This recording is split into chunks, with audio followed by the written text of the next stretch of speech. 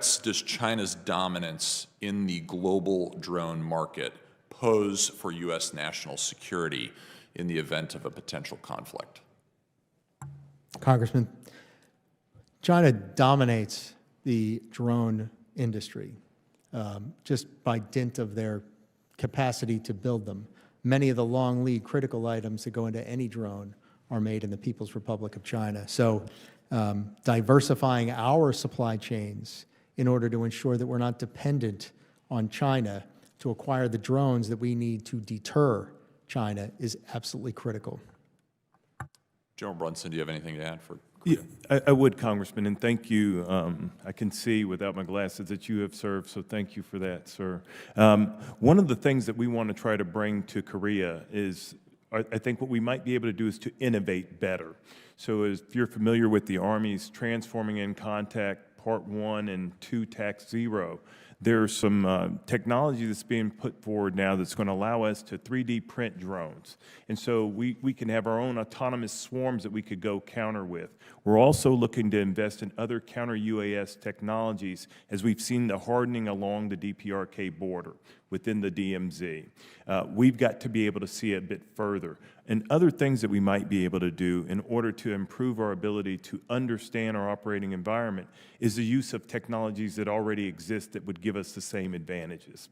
High-altitude balloons, for example, could be used to great effect, in particular on the peninsula. Are we doing any of these initiatives at the scale we need to do them in order to accomplish your strategic objectives that you've been given? I'm dissatisfied with the scale. I'm dissatisfied with the speed, and we have to go faster, work harder, and get better. Thank you, sir. Thank you, gentlemen. Mr. Chair, I yield back. Gentleman yields back. Chairman, the gentleman makes an excellent point, though, about Chinese spending. You cannot compare it dollar for dollar with the budgets of our country for defense spending or any other country. It is not apples to apples. And that's just one of many illustrations, and I'm glad that you pointed out. We now return to the gentlelady from California, Ms. Jacobs. Thank you, Mr. Chairman, and thank you to our witnesses for being here. Mr. No, first I want to turn to you. In your testimony, you frequently emphasize the importance of a whole-of-government approach to counter Chinese influence in the Pacific Islands. Yet, the administration has significantly cut funding to USAID and other humanitarian programs that traditionally are a part of a whole-of-government integrated strategy. Building on the question from my colleague, Mr. Carbajal, can you clearly explain how the reduction in U.S. economic and humanitarian engagement undermines our ability to implement this whole-of-government approach and directly hands China greater leverage? Congresswoman, as I stated earlier, the State Department has lead for approving. I'm not asking about the State Department. I'm asking about your testimony about whole-of-government approach. So I'd be happy to talk about what the Department of Defense is doing in the Pacific Island countries. We have extensive engagements in security cooperation programs under Title 10, Section 333. We work with these countries to improve their cybersecurity, enhance their maritime domain awareness. We conduct regular exercises. Of course, the focus is on posture and warfighting capabilities, but these are things that we do with many of these countries. The COFAs, the Compacts of Free Association that we have with three countries in particular, Palau, Federated States of Micronesia, and the Republic of Marshall Islands. That's another big emphasis of the department. We're doing a lot of great work with them. I understand all of the work that the department is doing in the Pacific Islands, but your testimony mentions whole of government, and DoD only is not a whole of government approach. Admiral Paparo, in response to a question by my colleague, Mr. Garamundi, you said that while review of USAID is ongoing, you would advocate for robust USAID in your AOR. Can you expand on why you think USAID funding is so important and how it helps you succeed in your overall mission? Our USAID programs, particularly the ones that work on necessities, food, water, medical, and critical infrastructure, they're key and critical to these poor areas, and they enable us to compete against the People's Republic of China, who operate in the same domains. Thank you. Now I want to turn to Taiwan. I think it's important for us to recognize what kinds of U.S. actions actually help shore up Taiwan's defenses and what kind of actions can contribute to escalation and actually make Taiwan less safe. For instance, the training and weapons the United States has provided over the years has helped Taiwan's ability to defend itself in the event of invasion, and we haven't actually seen that spark escalation with the PRC.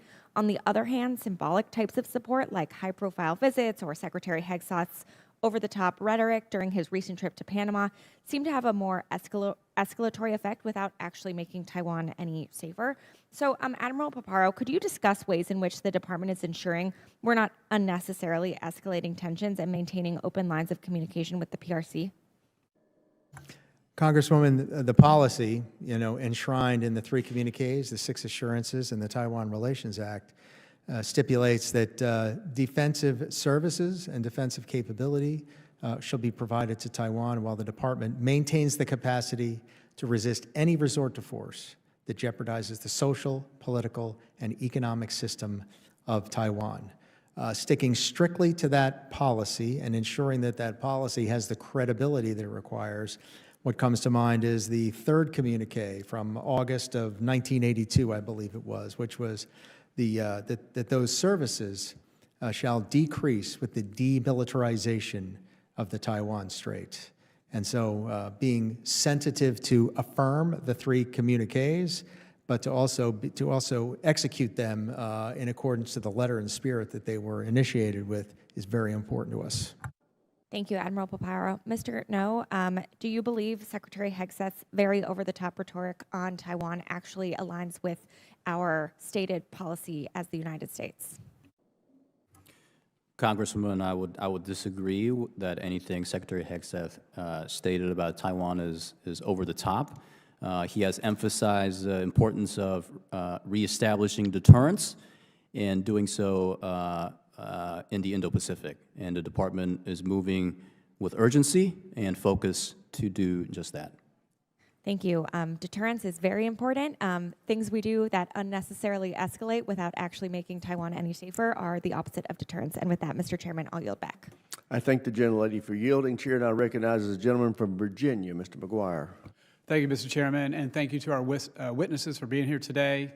Mr. No, you're doing a great job. I really appreciate what President Trump is doing, what Pete Hegseth is doing to return our military to lethality. We're eradicating the divisive ideologies from our military, and it is working. What I understand is recruitment is up, and I've spoken with soldiers, airmen, and Marines, and others around my district, and even on the southern border, and morale is way up. You know, we wouldn't have a country without our men and women in the military. So for all our service members, all our veterans here, thank you for what you do to keep us safe. It's great to see my Navy SEAL brother, Fleet Master Chief David Ism here today, and I see this as a way to continue service to our country. I think we would all agree that we have many threats at home and abroad, and you guys have covered a lot of territory today, and I'd like to talk about aircraft carriers. I'd like to focus on their role in, Admiral, in your area of operation, area of responsibility. I know you're pleased that the USS George Washington, CVN 73, has rejoined the forward deployed naval forces in Yokosuka, Japan.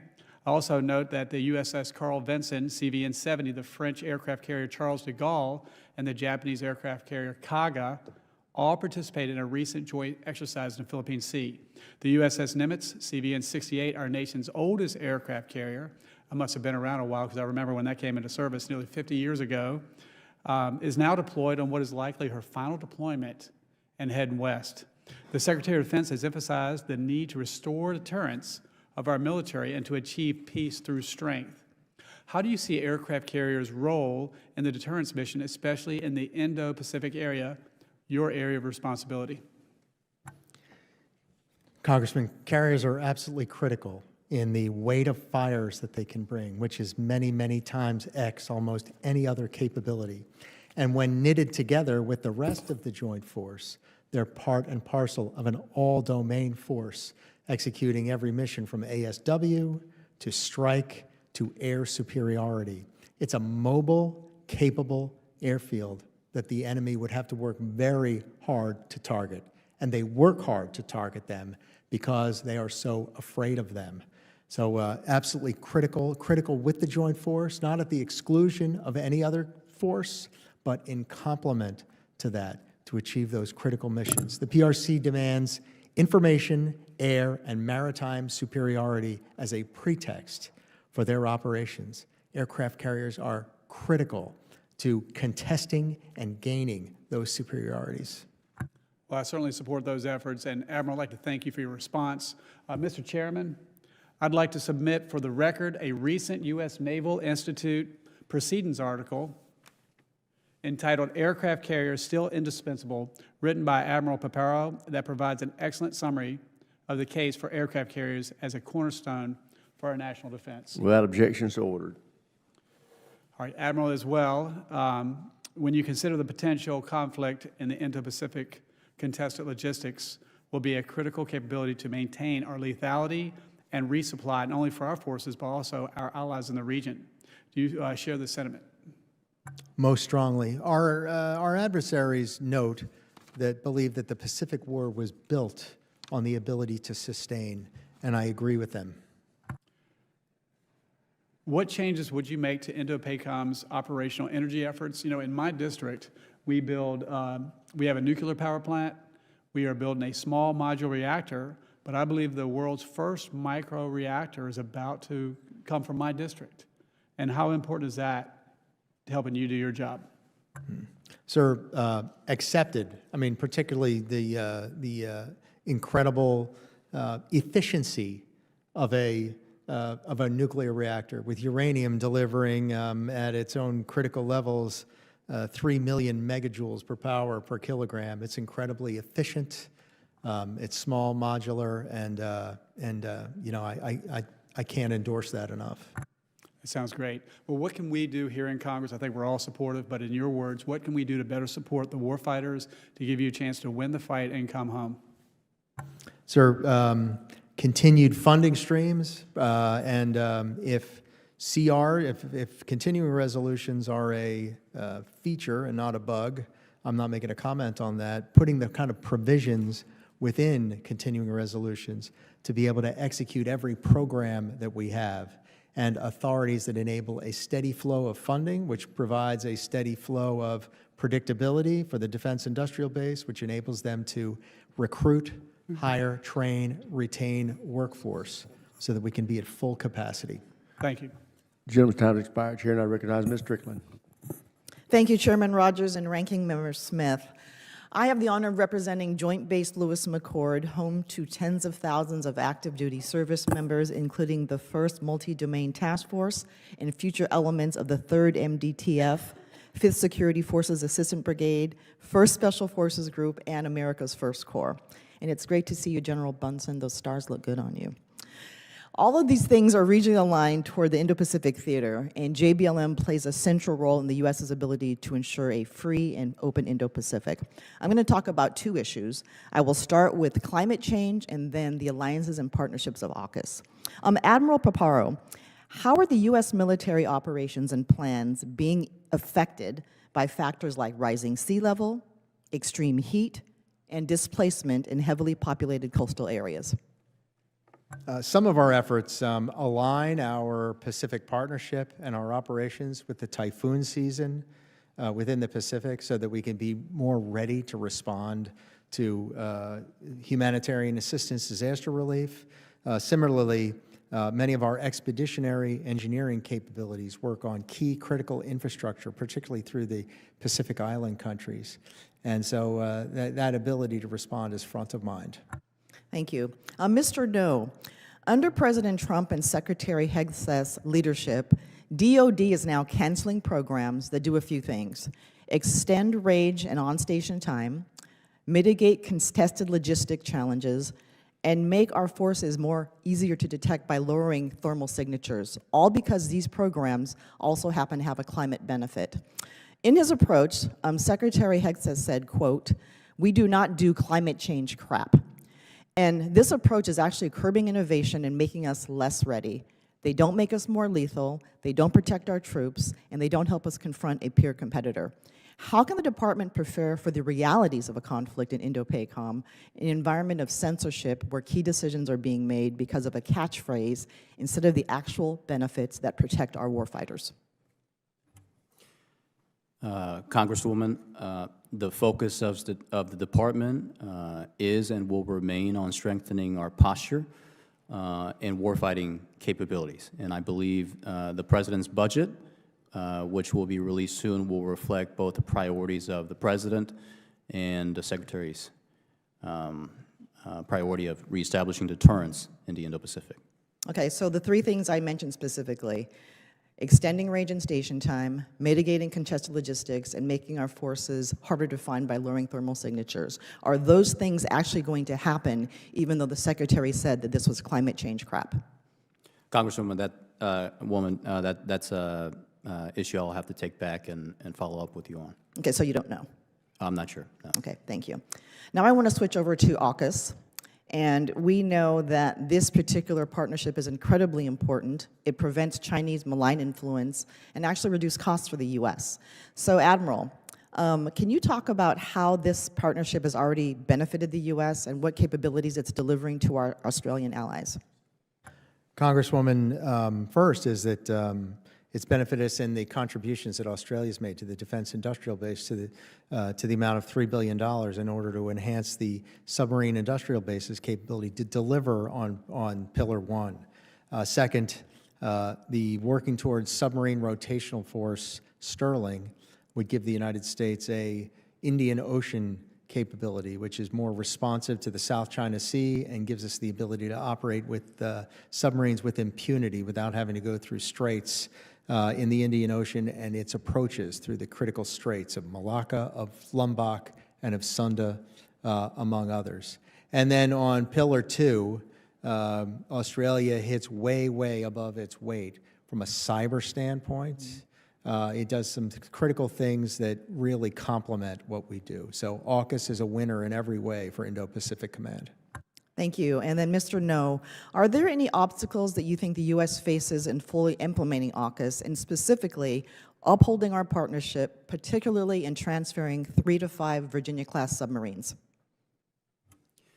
Congresswoman, I think our industrial capacity remains a limiting factor. We're able to produce 1.28 Virginia-class submarines a year. That number needs to be above 2 for us to both fulfill our own submarine requirements and to fulfill our obligations to Australia under Pillar 1. So that. And thank you. And you may want to tell your boss that some of the trade decisions that are being made actually have time. Chair now recognizes the gentlelady from Virginia, Ms. Kiggins.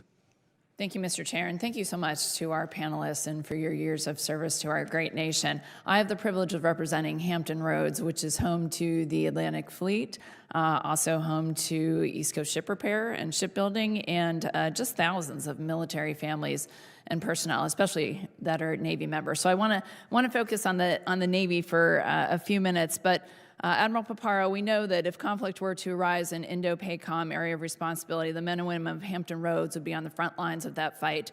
And I know that we are very focused on the Pacific and on the West and on the West Coast, but can you just speak to me about the importance of the Atlantic Fleet in your mission in the Indo-Pacific? Because we know that when things arise in the Middle East, Israel is a perfect example. After October 7th, we sent the Ford and the Eisenhower to that region of the world, but the Indian Ocean and the Indo-Pacific is not too far away. So just speak to me about the important role of the Atlantic Fleet and specifically the carrier air wings from Naval Air Station Oceana in my district, what that means to your mission.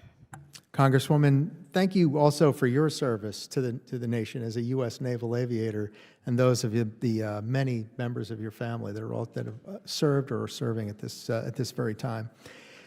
And you make a great point, and that point is that all of the Joint Force is designed that it must be responsive to any threat anywhere, that the rebalance to the Pacific has got to have the capability to have the total balance going to the Pacific within weeks.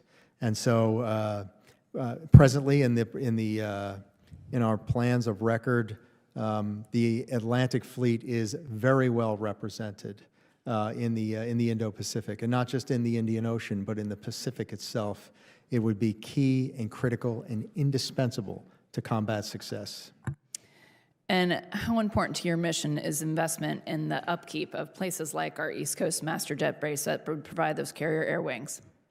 There can be no difference across the force from a standardization standpoint about the readiness of the facilities to support training and operations. And that is precisely because every force has got to be ready to fight the pacing threat.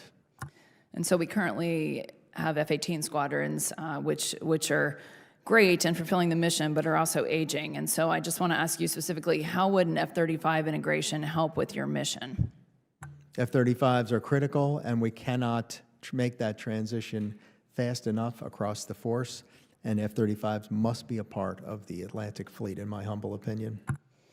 Thank you for that answer. And now I want to move to shipbuilding, and we continue to decommission ships at a rate that far outpaces new construction, even as many of these platforms are still operational and actively deployed. In some cases, we're investing in maintenance and upgrades only to retire the ship as soon as it returns to port from deployment. Given our growing global commitments and the urgent need for naval presence, how does this approach make sense, Admiral Paparo, and why are we decommissioning ships and we are clearly short on capacity? I think if the ship, given the fact that the ship is relevant and given that there's the proper balance of investment in the ship so that the return on investment is right, and getting absolutely the most relevance out of the most relevant ships until the capacity of the United States is built up so that they can be replaced.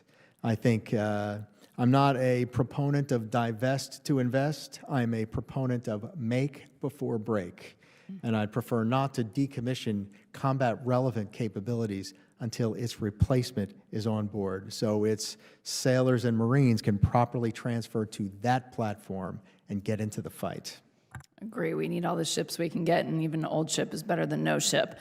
And speaking again about shipbuilding, I know that when we had the opportunity to visit Pearl Harbor, you spoke about the fact that I think it was only 17% of your high school graduates are attending colleges or university, and the lines at the shipyard for those skilled trade jobs are so long. So what are you doing in Pearl Harbor in Hawaii that is working that we might apply to other shipbuilding and ship repair locations like Hampton Roads? And so Hawaii is very unique, and that Pearl Harbor Naval Shipyard is a incredibly valued profession in Hawaii, which confers that there's a waiting list in order to get onto the rolls as a shipyard worker. And as a result, because of the experience of the shipyard force, Pearl Harbor delivers its projects ahead of schedule and usually below budget. And that's a great model. And I think outreach in individual communities that similarly reflect and model that process where it's a highly valued profession, making sure that we keep pace from a pay standpoint, that we're not outcompeted for pay for shipyard workers, because 90% of any organization's hiring problems can be solved with pay. Gentlelady's time's expired. Chair, and I recognize Thank the gentleman you. from California, Mr. Cisneros. Thank you, Mr. Chairman, and I want to thank our witnesses for being here today. And Admiral, I want to thank your Fleet Master Chief for your career, sir, and everything that you've done for this nation. Chiefs run the Navy.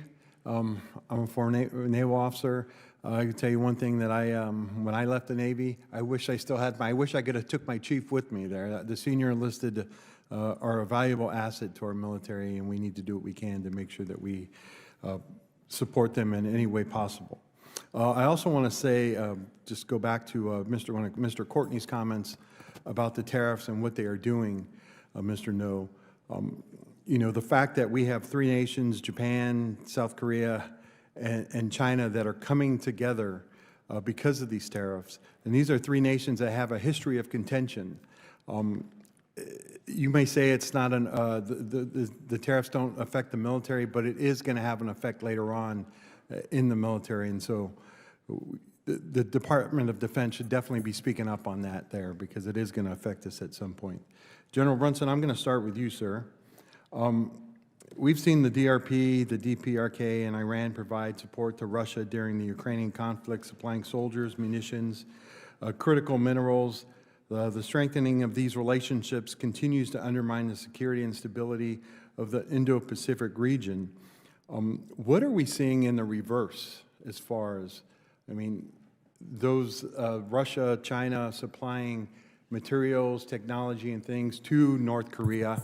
And really, what have we learned from the North Korean Army with their experience there in Ukraine that is going to benefit you and your knowledge? Yes, sir. So one of the first things I would say is I'm concerned with, more importantly, what's coming back versus what's going out. I can see very, very well all the things that are going out. But coming back is technology. Coming back is critical munitions that are coming back there. What's coming back is critical materiel, which is changing our operating environment in a large way. And then what it's causing us to really do is look at how we might counter those things, that we might be able to continue to deter them, or have Kim Jong-un say, not today, not today. And some of that has to do with the posture that we take as we sort of organize ourselves differently within our operating environment. And I think that another thing that I'm looking at routinely is, how am I communicating those things back out? How am I going back to ensure that not only our friends, partners, and allies are also witting to this, but how am I communicating back with Indo-PACOM to ensure that we are able to talk about the changes that we might have in our OE as well? Have you learned lessons from about the North Korean Army, about how they've been operating and what they've been doing in Ukraine that are going to be valuable to you? Yes, sir. We most certainly have. Good. Thank you. Admiral, you know, you and your fellow COCOMs are competing for assets continually, whether it be the aircraft carriers, air squadrons, special operation forces, Patriot missile batteries. Can you discuss the challenges that you're facing there in trying to respond to China's operations while you're competing for those assets? Yes, Congressman. Understanding that, there's a high demand for the global force is just my job. So mitigating that when the department, when the commander-in-chief makes a decision to shift one capability to another theater, and to be able to mitigate for that. And sometimes it's the substitution of other relevant capabilities. Mm-hmm. Sometimes it's knowing what the response time is of that capability to restore it to the Indo-Pacific. All those are important factors. And so our job is to take the policy decisions and to mitigate those, to express the risk, and to do our very best to restore deterrence and to provide the indications and warnings if it has to return to a theater that has more exigent needs. Okay. With that, thank you very much for that answer, Admiral. And I got about 30 seconds left, so I'm just going to yield my time back. Thank you. I thank the gentleman for yielding. Chair, and I recognize the gentleman from Georgia, Mr. McCormick. Thank you, Mr. Chair. It's great to see you again. First of all, congratulations for a well-served career for a Fleet Command Master Chief, just phenomenal. That steely stare just kind of gives me flashbacks of when I was on the drill field, just wondering what the next fate was going to be. But I got a coin for you in the fine military tradition. When we get done with this, I'd love you to accept it. Admiral, when I was out there with your command recently, you gave the best brief I've ever gotten. Literally, I just thought phenomenal overview of the importance of that region. 70% of the world's wealth going through that for trade, 70% of the world's population, a bunch of military forces. Really excited about what you bring to the future vision of the military. I'm really, what a great visionary you are, and I'm looking forward to working with you too, General, in that really important region. I'm sure we'd love to turn in our ties for a flight suit or an M4 and go out there and be on the pointy end of the spear, but yet here we sit, determining the fate of the world as we seek it. I'm curious right now with what's going on in North Korea, and I'd let either one of you can speak on this. The instability that region right now, and seeing what their government's doing with their former government, their current government, and the importance of somebody we fought alongside of, not just in Korea, but in Vietnam and other regions, what they can bring to the table still, and can we count on them in this regional conflict? Thank you for the question, sir, and I appreciate it sincerely that I can just share with you what I'm seeing there in Korea right now. Their system works. That's the first and foremost thing I would want everyone to know is that the Korean system works. We'll have an election soon. We'll have a new president. Our commander-in-chief recently made a call to the acting president of the Republic of Korea, and our military relationships are absolutely sound and solid. We most recently exercised in large scale during Freedom Shield, one of our largest exercises, which includes the Republic of Korea's government as part of the exercise. We had some 4,000 Marines in the KTO exercising live, virtual, constructive, some 51 separate events that went on there. I believe that the situation we find ourselves in right now is one where we're going to continue to increase our capacity. There was talk earlier of investments being made. I'm very pleased with the investments that are being made by the Republic of Korea military writ large across their joint force, and I'm especially excited about the opportunities that we have to collaborate in a combined fashion to produce effects on the Korean Peninsula. Fantastic. Yeah. As a guy who spent several tours over there with the Rock Marines, knowing their motto, Pilsung, which means, must win, victory. They only have one objective. They only have one battlefield, one enemy, and if they lose, they're all dead. So I hope they resonate around that message and understanding their mission and their importance to us in that regional conflict. There's been a lot of questions, Mr. No, about the tariffs and the impact of the relationships between our country. I'm going to ask you to agree with something I'm about to state because you say, this is not really my field, and they've said, but you got to bring it back to the Secretary of Defense, make sure he understands. One thing that we all understand as military guys who've seen what everybody understands around the world is strength. Doesn't matter if you're Asian, doesn't matter if you're Arab, it doesn't matter if you're African, it doesn't matter if you're Latino. Everybody understands strength. And I think if we come from a position of strength, the results are obvious. What I've seen with the tariffs is now, for the first time in my lifetime, 0-0 tariffs reciprocating from Japan, Vietnam, Cambodia, Israel, India, the entire European Union, and more to follow. 50 countries come to the table saying 0-0. Could we ask for a better result in tariff negotiations that puts us in a position of strength? Because everybody understands fairness, and there's nothing more fair than a 0-0 tariff. And it's more beneficial to the United States because we've been at a disadvantage all this time. And I think it puts us in a position where people understand strength and fairness, as well as anybody, and especially in the Indo-Pacific region, where people understand the Bushido. They understand strength, they understand fairness, they understand honor. And I think it puts us in a very good position. If you have any comment on that. Congressman, of course, the President emphasizes needing to negotiate from a position of strength, and that's something Secretary Hegseth strongly believes in as well. I think that pretty much sums it up, and I'm out of time at this point. But once again, to the Commanding Master Chief, congratulations on a well-deserved career ending, and we'll look forward to fine things in the afterlife. Semper Fi. All right. Chair now recognizes the gentleman from Illinois, Mr. Sorensen. Thank you, Mr. Chairman. Good morning. Welcome to our witnesses, Mr. No, Admiral Paparo, and General Brunson. Thank you for your insights, for your leadership as we face a new realm in the Indo-Pacific. I'd like to first take a minute to acknowledge Taiwan, both as a democracy and a strategic ally. While we work to boost our own domestic semiconductor manufacturing capabilities, we must ensure that Taiwan is able to contribute to our supply chains. Working together to develop new technology and innovation means that we work together to make both of us secure. That means that we must also remain steadfast partners in the region as China continues to develop its offensive power. Mr. No, I'll begin with you.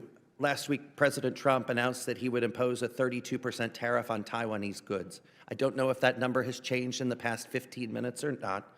If we hurt the Taiwanese economy, how can the administration demand that Taiwan spend more on its own defenses?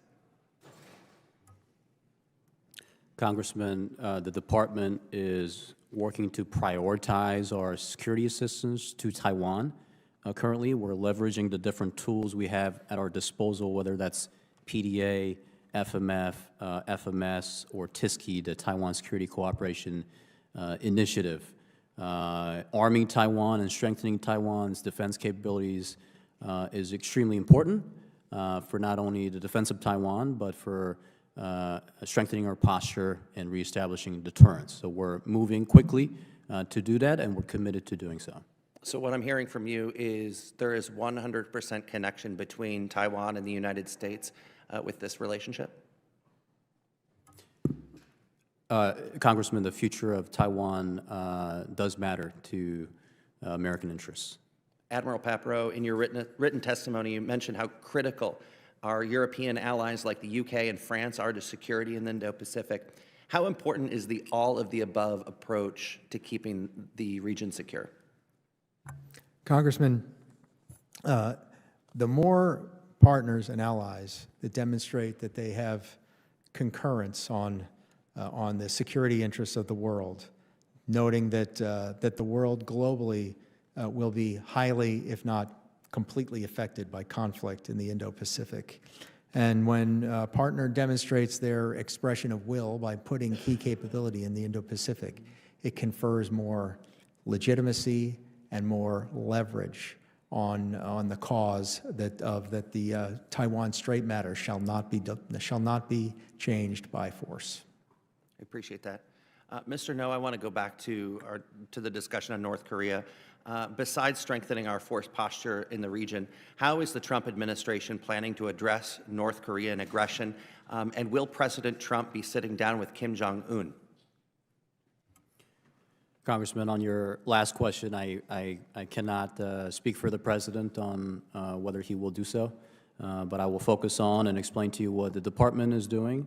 North Korea poses a serious threat, not just because of its nuclear arsenal, but due to its development of missiles that are capable of targeting not only our allies in the region, but also the United States homeland.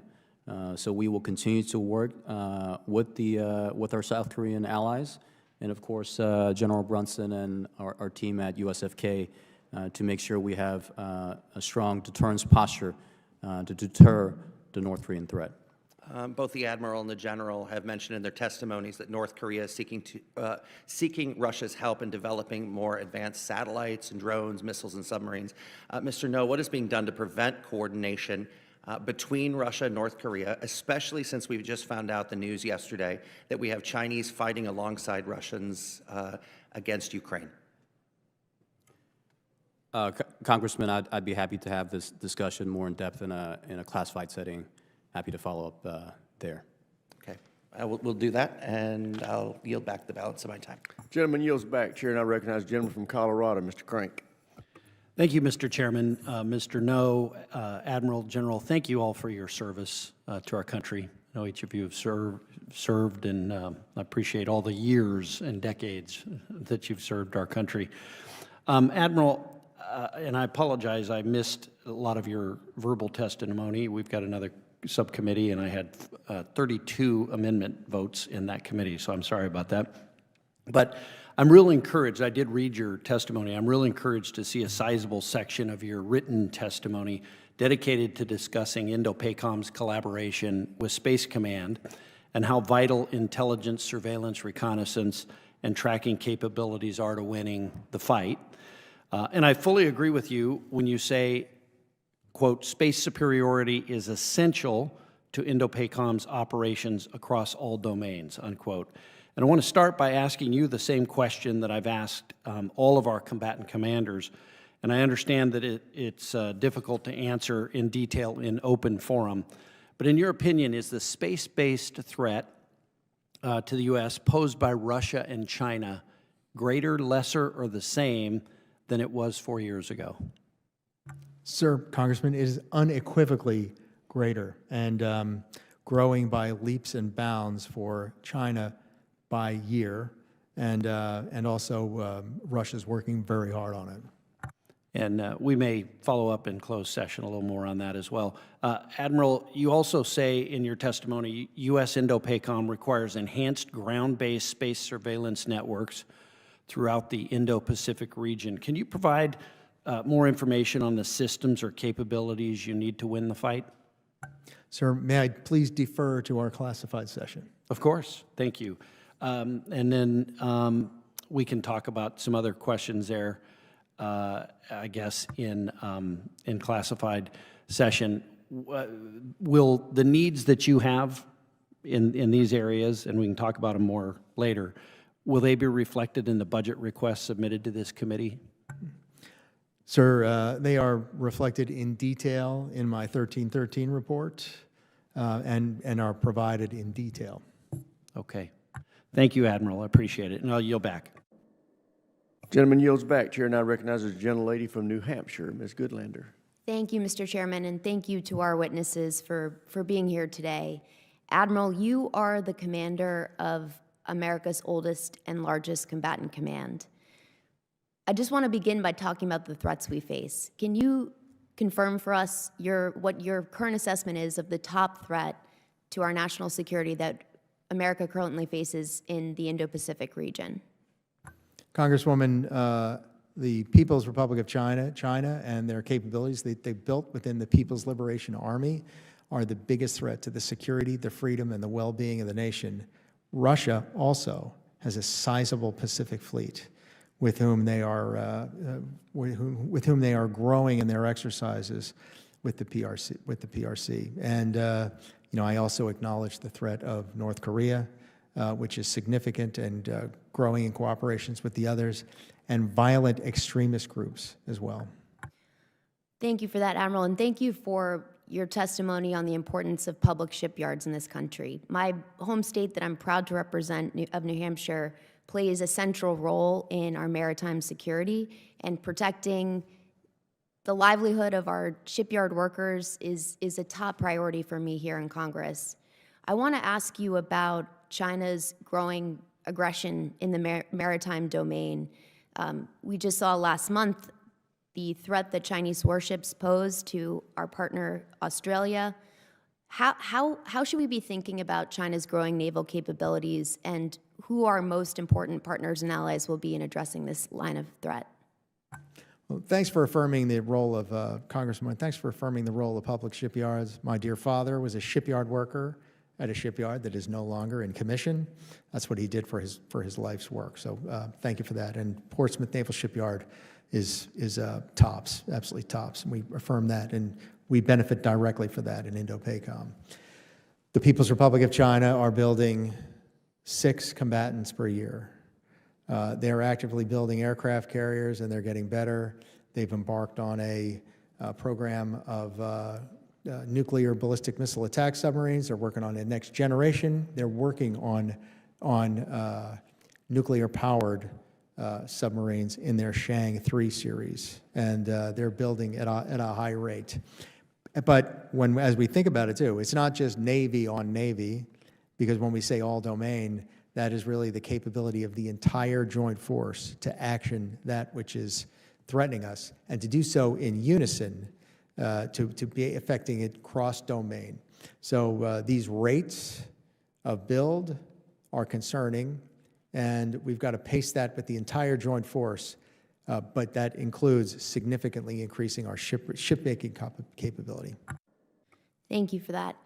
You've testified that America's network of allies and partners is our most significant asymmetric advantage in the Indo-Pacific region. We heard testimony yesterday about the importance of the role that our support for Ukraine has in deterring threats in Europe.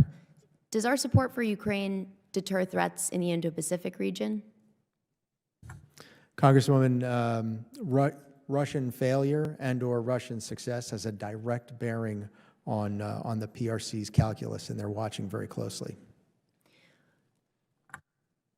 So I want to ask more about how we strengthen our partners and allies. I agree with what has been said by many of my colleagues in this hearing. I'm very concerned about what impacts a global trade war against some of our most important allies in the region will have on our national security and our national defense. General, I want to ask you about South Korea. You testified just a few minutes ago that the South Korean system is working. It's in the midst of a constitutional crisis right now. What do you see? Why is that system working, and what have been the most important checks in that system for the continuance of South Korea's democracy? Briefly, I will say simply that they read their rules. They understand the rule of law well. They also are following exactly what they said they were going to do. They were going to send things to a constitutional court. They were going to continue to move forward. What I would like to note is the stabilizing force that the military's been in that country, whether it be wildfires in the east, or a training incident which affected a great portion of the population. The military has been able to do all the things that are necessary for that country to give time and space for their constitution to do exactly what it said it was going to do. Gentlelady's time's expired. Chair, and I recognize the gentleman from Texas, Mr. Gooden. Thank you, and thank you all. Admiral, I had just some brief questions for you about, first, artificial intelligence, successful integration of AI and machine learning into command and control functions is a key challenge for our military. And near-peer conflict will require robust C2 systems that can not only ingest massive quantities of data across the kill chain, but can also generate operational insight at the tactical edge and in denied environments. Given the commercial platforms that have been validated by Indo-Pacific, how are you using commercial capabilities to meet these needs? Congressman, we're in run at U.S. Indo-Pacific as an AI-enabled headquarters, not to replace human judgment, but to augment it. And so the employment of AI models, I won't tell you what the names of them are, just in the interest of ethics, in conjunction with cutting-edge command and control systems, and then linking both our top-secret databases, our secret databases, and its own open source learning models from which there is a rich data field, is enabling us to make better decisions faster at the strategic level, at the operational level as we link the functions of command and control, information, intelligence, movement maneuver, fires, security, and protection. And this has got to take place at the strategic level for decision-making, operationally and linking those functions, and on the tactical edge from swarming capabilities so that just to increase the efficiency and the effectiveness of the force that we have far above what our adversaries can. Do you feel like we're ahead of the curve in that respect? You pay me to be never ahead of the curve. And so I never view that we're ahead of the curve, too. I think we're doing some cutting-edge things. I know that our adversaries are working on it, too, and you pay me to do those things better and faster than the other guys do. Well, thank you. I still want to keep visiting. Changing course here, in October of 2023, the Defense Logistics Agency conducted a war game simulation known as Camoland, and that demonstrated severe domestic production capability gaps in the clothing and textile supply chain. And the war game also showed that DLA's stockpiles were unable to fully mitigate wartime demand and would have resulted in the military personnel lacking uniforms, combat boots, and the corresponding physical protection.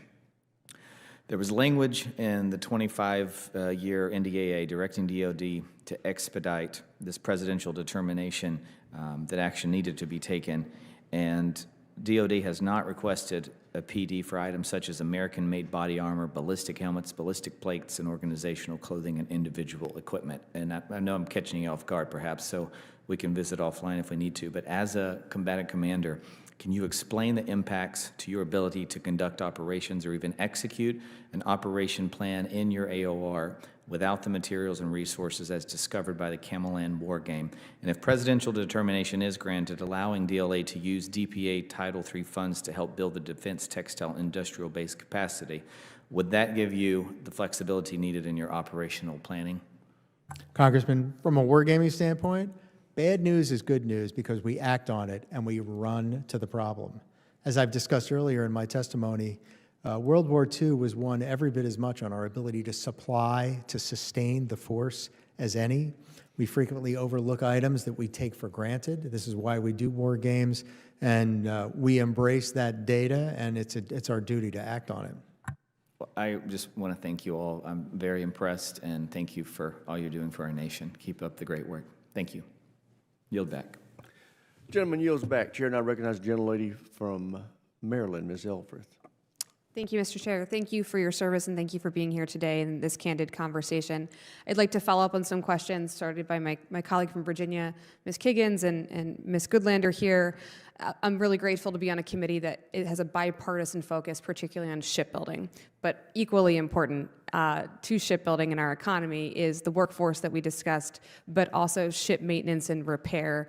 Particularly, I don't know if you can do your job if we don't have a thoughtful strategy on repair. So I'd like to focus there. Admiral, you mentioned earlier today about the defense industrial base and how we need to liberate long lead times of supply chains. And I kind of want to dig into this as we're also talking about acquisition reform here that's much needed.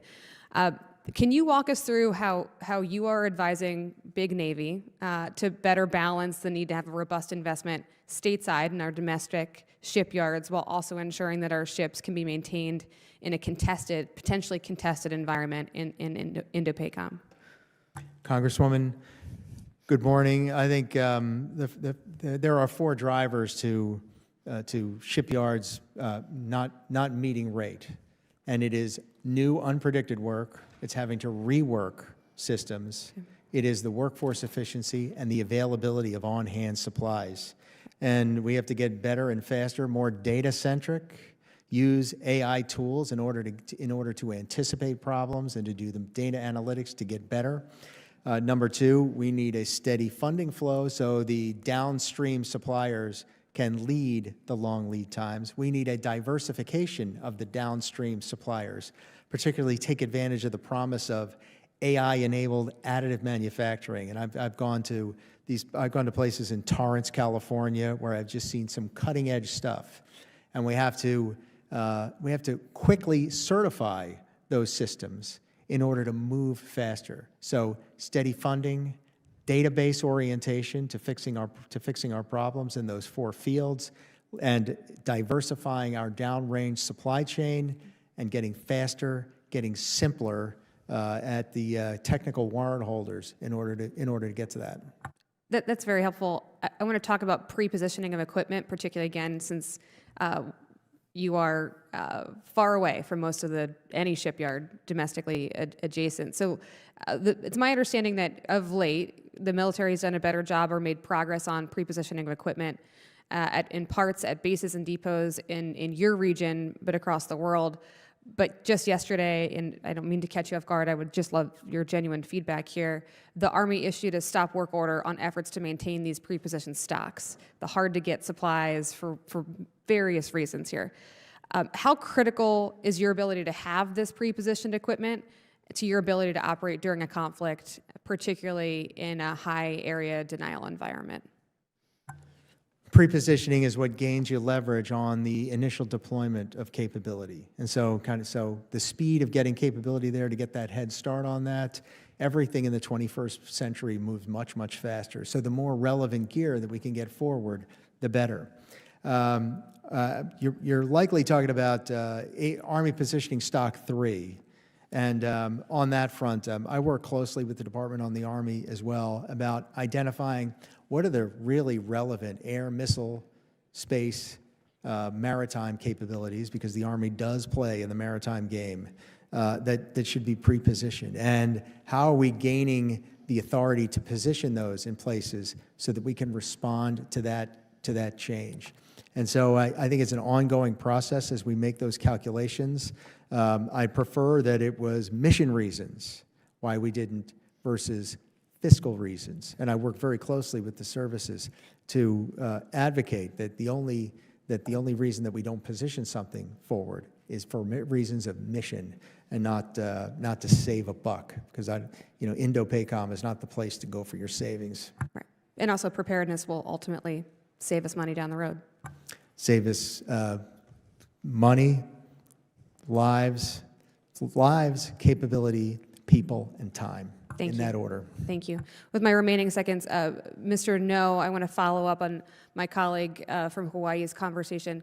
I represent the U.S. Naval Academy in Annapolis, which is going to be underwater in a matter of decades. Now, thankfully, the Navy is preparing for that, but I also would be remiss if I did not urge this administration to take seriously the rising tides that are coming, not just for the Academy, but across our installations. And with that, Mr. Chair, I yield my time back.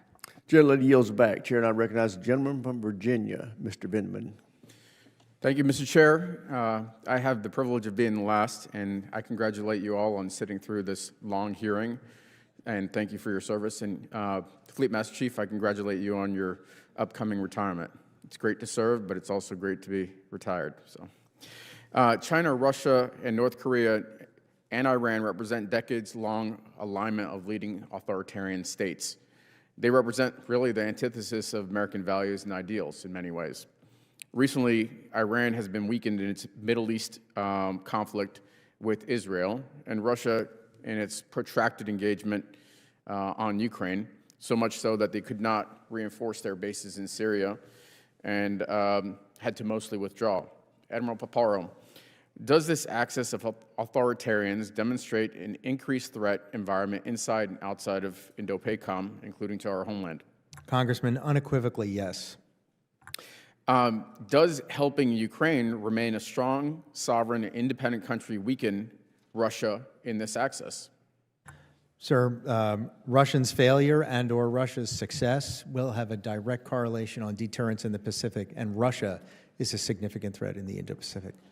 And I agree, and I think it's the best observable way to weaken Russia rather than trying to entice them with some sort of carrot approach. In fact, this weakening of this access, two members of the access, comes at no cost in American service member lives, although there have been Americans that have gone over and volunteered and tragically lost their lives in Ukraine. But it does come at a cost in material and treasure. And as a 25-year Army vet, that's what I call a good deal. So, Mr. No, unlike the United States, there's no daylight between China's commercial and military sectors. They're one and the same in many ways. You mentioned to my colleagues that you don't look at tariffs. However, because the military and commercial sectors are intertwined, then in your role, and certainly the Secretary must take the impact of tariffs into consideration. I mean, I think back on history and the U.S. oil embargo on Japan and the prelude to World War II and Russia's attack, Japan's attack on Pearl Harbor. In your assessment, does this constitute a major escalation with China and escalate military tensions? Congressman, I will talk about what I know and what I've been working on, which is that the department has been moving quickly at the direction of our Secretary of Defense to strengthen our posture, to strengthen our alliances and partnerships with our allies and partners throughout the region, to reestablish deterrence and to deter China. So we've been doing so, and we will continue to do so. So, I mean, has the department conducted a risk assessment of the administration's tariffs impact on the risk of additional conflict or potential conflict with China? And does the department have will the department do so? Congressman, I'm not sure if the department has conducted such an assessment. That's something I can take back. Okay, I encourage you to do so. If we're choking them off economically, and they've already indicated an intent to seize Taiwan, where it seems like we might be further driving them into an aggressive posture against us. So something we should look at, certainly from the department's perspective. Now, looking at the impact of tariffs on our partners, we're asking our partners to raise their spending to 5%. If we're at the same time we're looking at the risk of a global recession and a U.S. recession, what are the chances that they're going to be able to increase their spending in a recessionary environment? Congressman, Secretary Hegseth has communicated the message not only during his visit to the Indo-Pacific in Japan and the Philippines, but when speaking with counterparts throughout the region, that they need to step up and do more. And I understand that, but what I'm asking you to do, and you may not be prepared to answer this now, and I don't have much time left, but I encourage you to look at what the imposition of these tariffs does to the request to increase military spending. So thank you, and I yield back. Gentleman yields back. Chair, and I recognize the gentleman from North Carolina, Mr. Davis. Thank you so much, Mr. Chair. And I believe I might get to be the last one today before you.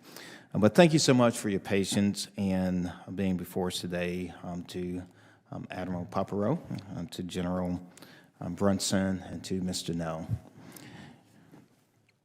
Any deterrence or offensive maneuvers in the Indo-Pacific region require a resilient and modernized amphibious fleet. Newport News Shipyard, great hope of revitalizing the domestic shipbuilding industry, employs more than 1,000 residents in North Carolina's 1st Congressional District.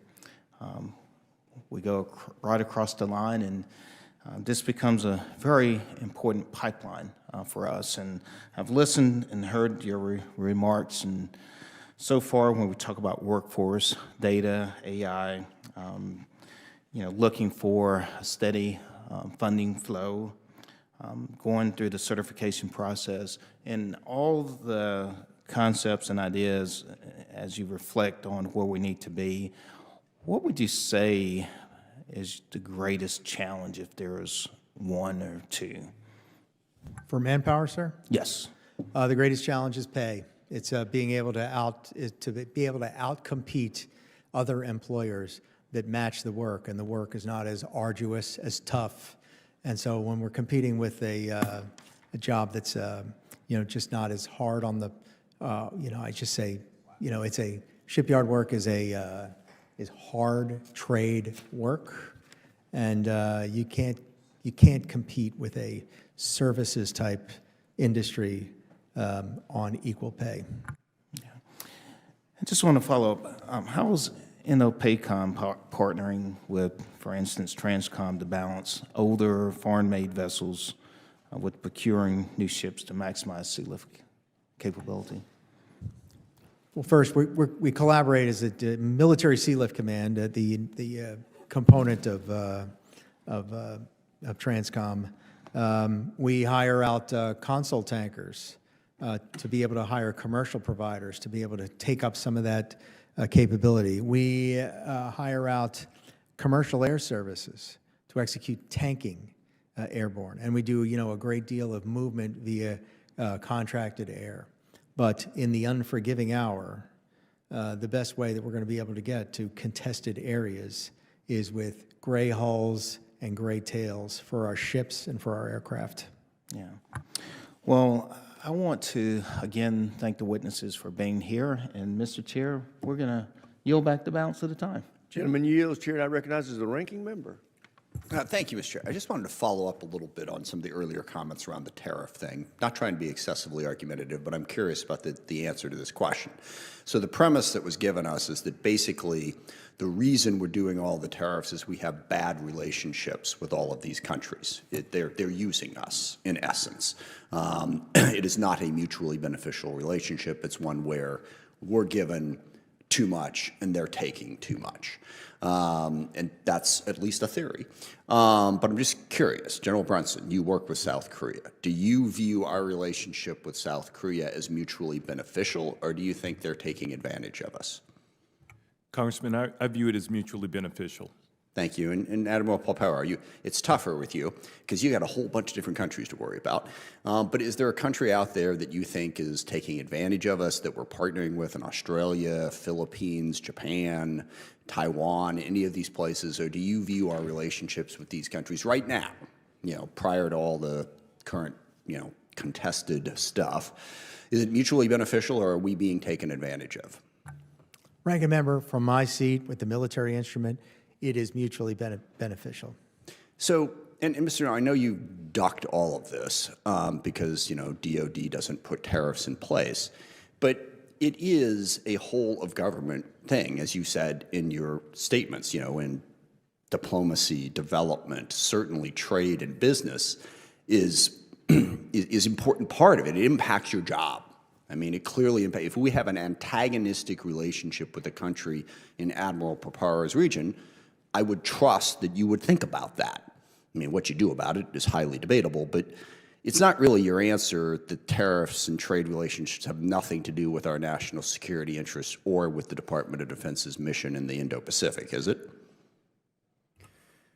Ranking Member, I will speak to what I know, which is the defense relationship that we have, the relationships we have with our allies and partners throughout the region. In that regard, we have very strong relationships, and like I indicated earlier, the engagements that I've personally had, that I've seen the Secretary have with his counterparts, all indicate that we have very strong relationships. So you would not say that we're being taken advantage of by these countries. You would view the relationships, much as Admiral Paparo and General Brunson have said, as mutually beneficial. I'll say two things, Ranking Member. One, they are mutually beneficial, but two, our allies and partners absolutely need to do more. And that means spend more. That means buy more of the right capabilities to strengthen our deterrence posture. So there's absolutely more that they can and ought to be doing. Do we need to do more? We all need to do more, Ranking Member. So it is a mutually beneficial relationship. And the last thing, and I know you are in an acting position. I confess I didn't look to see if somebody has been picked yet for your position. So I know you're not going to be there in a little while. But for everyone listening, for everyone involved, it's just not an acceptable answer for the Department of Defense to say, well, that's not us, we're not paying any attention to it. And I'm not going to pin you down whether or not you support it or not. But it definitely is connected to our mission in the region to have all of this interrelated. And it really frightens me to think that you're like, well, the State Department's doing their thing, the trade folks are doing their thing, and we're over here, and we really don't pay any attention to them. That's not the right approach. It definitely needs to be more interrelated with that. And I thank the chairman for his indulgence, and I yield back. Thank the gentleman. Chair, and I recognize the gentlelady from South Carolina, Ms. Mace. Thank you, Mr. Chairman. I want to thank our witnesses for being here today. The Indo-Pacific region is a dynamic region strategically critical to the United States, as you all know, and our national security. China's rapid military expansion, significant advancements in technology and cyber warfare, and its aggressive pursuit of economic and political influence represent its very aggressive and calculated effort to reshape the region and to displace the United States. We now recognize that a formidable adversary is systematically working to undermine our influence and reshape the region. President Trump is committed to ensuring peace through strength, and Congress must act to ensure the department is resourced to meet the challenges we face. Through increased capabilities, robust partnerships will create a network of deterrence that can effectively counterbalance the CCP's malignant goals. And dare I say, we have a president, he's the strongest president we've seen in my lifetime, who can stand up to Xi Jinping, stand up to communist China and the threats that they are pursuing against the United States and our allies. The challenges we face in the Indo-Pacific region are not fleeting. We've got to respond with a comprehensive whole-of-government approach. Our strategy must be defined by preparedness, innovation, capability, and also swiftness, decisive action, being nimble, being fast, which is something we need to work on these days, as you all know. The PLA has made significant progress towards fielding a joint force that's capable of challenging the U.S. in every domain. So my first question is to Admiral Paparo today. There have been many reports on the staggering pace of the PLA's Navy shipbuilding activities. How does the U.S. shipbuilding measure up? Congresswoman, the PLA is building surface combatants at the rate of 6 per year. The United States are building surface combatants at the rate of 1.6 per year. PLA is building 2 submarines per year. The United States is producing 1.28 presently. Attack submarines per year. We're working on Columbia-class SSB. How does the quality of the Chinese manufacturing of their naval ships and submarines compare to the U.S.? I think from a capability standpoint, just numerically, they're not as capable on range. The SM-2, SM-3, SM-6 dominates their capability. The Tomahawk land attack missile dominates their capability. Our sonars are better. Spy-6 radar is going to be a better radar. Our ships are more capable from a tonnage standpoint. They're more capable from a weapon standpoint and in the electromagnetic spectrum. And then in the event of a conflict, do we have sufficient naval yard capacity to repair and refit our vessels? I assess we do not, Congresswoman. And what do we need? I mean, how quickly do we need to move on that? We need to fire up more shipyards, and we need to fire up more ship-making capability unequivocally. How would you rate the PLA's ability to conduct joint operations between the air and naval forces with the first island chain? Inferior to the United States in every way, working to get better every single day, and I see the palpable progress. And how does that affect their anti-access area denial strategy? They get better at it, and it requires me to counter it, us to counter it more effectively. But they're getting better at it, they're proliferating more, and they're getting more and more joint in their exercises and more farther afield. And we've all seen them, they engage in destabilizing behavior in the South China Sea as they seek to advance expansive territorial claims. It's increasingly resorted to non-militarized tactics to bully their neighbors. Mr. No, how is the department working with partners to increase their capability to withstand the CCP's coercive actions in the South China Sea? Congresswoman, we're doing a great deal in the South China Sea to work with our allies and partners to strengthen our posture, to enhance their capabilities. I think one good example is the Philippines. We're conducting monthly bilateral operations with the Philippines. We provide them ISR support. When did we increase the joint operations? How long has that been going on? Or the increased frequency with them? The exact timeline, Congresswoman, I will have to get back to you on that. Yes, sir. Congresswoman, we've greatly expanded the Bala-Katan series, the Salak-Nib series, the Archipelagic Defense Continuum series, and we're working towards heel-to-toe exercises with the Philippines at greater numbers and with greater joint and combined capability, and bringing in more partners, Japan, Australia, among others. It seems to have been more effective, particularly the last 2 years, I would argue. But thank you so much, gentlemen, for being here today. Mr. Chairman. Committee will come to order. Today we continue our posture hearings with Indo-PACOM and U.S. Forces Korea. I want to thank our witnesses for being here and for their service to our nation and the time it took for them to prepare for this hearing. These are very helpful, and I appreciate your commitment. Last week, China carried out large-scale military exercises off Taiwan's coast. China practiced assaulting maritime and ground targets and cutting Taiwan off from the world. This is not new. In recent years, China has increased the size, scope, and complexity of its drills around Taiwan. As Admiral Paparo has said, these are not exercises. These are rehearsals for a forced reunification. And these rehearsals are backed by real capability. China now has the world's largest Navy and a shipbuilding capacity over 200 times greater than our own. It's rapidly expanding its nuclear arsenal and is expected to double its warheads by 2030. And China leads the world in hypersonic missile systems. China's growing defense budget shows it isn't slowing down. Last month, it announced a 7.2% increase in defense spending, the fourth straight year it increased by more than 7%. Its military modernization is also being assisted by Moscow. In return for supporting Putin's war machine, China is receiving advanced submarine, missile, and nuclear technology. China is also working closely with Iran and North Korea to further its effort to undermine American influence and alliances around the world, and we cannot let them succeed. Yet, year after year, the billions in Indo-PACOM's unfunded priorities have shown we're not giving our warfighters the tools they need to defeat China or to deter China. That must change. China is our pacing threat, and our defense investments must reflect that. We must fund Guam missile defense as part of President Trump's Golden Dome initiative. We must boost our defense, our ability to blind Chinese forces while hardening our command and control. We must refill our munition stockpiles, especially long-range fires. We must expand the production of attritable unmanned systems to create the hellscape Admiral Paparo envisions, and we must rebuild and modernize the U.S. shipbuilding capabilities. Delivering these capabilities will take serious investment. That's why I'm pushing for an increased spending in our military, including through reconciliation, through the reconciliation process with robust defense spending.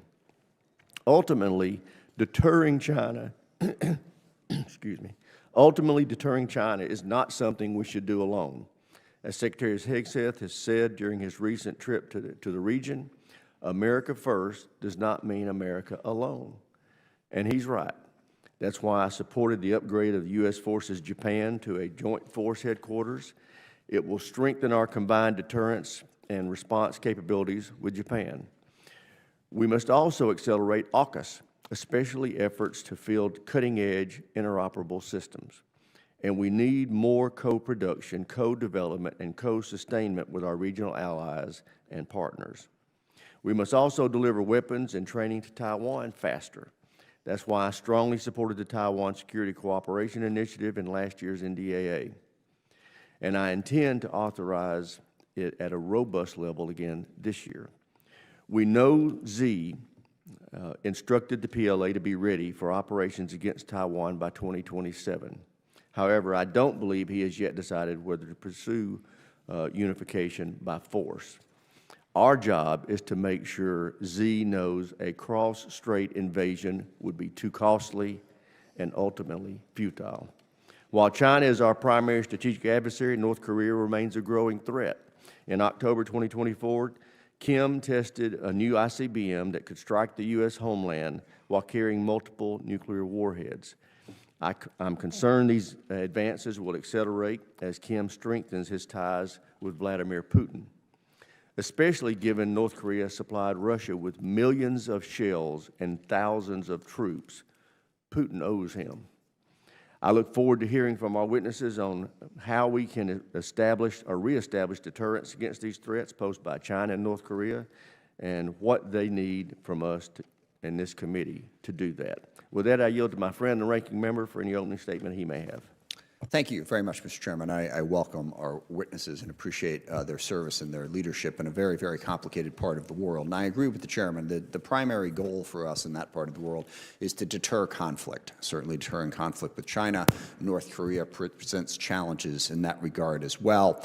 And it is problematic because China is in the midst of a massive military buildup, and we see increasing cooperation, as the Chairman outlined, between China, North Korea, Russia, Iran, and all of our adversaries in a way that will really stress our ability to deter that conflict. So it's most important to hear from the witnesses, what do we need from an equipment standpoint in order to be in the best possible position to deter our adversaries? Now, there is one challenge here, and that is that we have a, $36 trillion debt, massive deficit.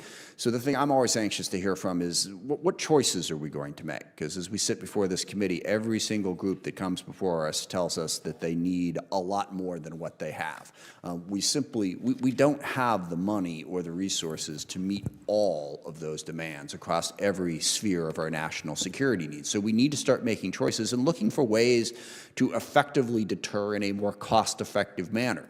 We can't imagine that we can just throw money at the problem. We have to be really smart about what's going to work. So I'm very curious to hear from our witnesses what lessons they have learned from conflicts elsewhere in the world about what we truly need to be deterrent, and where we might be able to do that in a more affordable way. Not less effective, but more affordable. We've got the great example of Ukraine, who doesn't even have a Navy that has been able to blunt the force of the Russian Navy in the Black Sea with basically one-way attack surface-level drones. They've been able to really leverage that to get a good military outcome. We need to be smart about how we do that going forward. So that's going to be a key part of getting us to deterrence. But ultimately, I think we need to be mindful of the fact that one goal here needs to be to figure out how we can peacefully coexist with China. China's not going anywhere. We're not going anywhere. There's no sort of win in the sense that one side is going to ultimately defeat the other. China is a major economic power. They are a major military power, and so are we. So what is the plan to peacefully coexist with China? How do we get there? Admitting that deterrence has to be part of that. We have to be strong to get to that point. But constant conflict with China does not seem like a wise course of action if we ultimately want to deter conflict.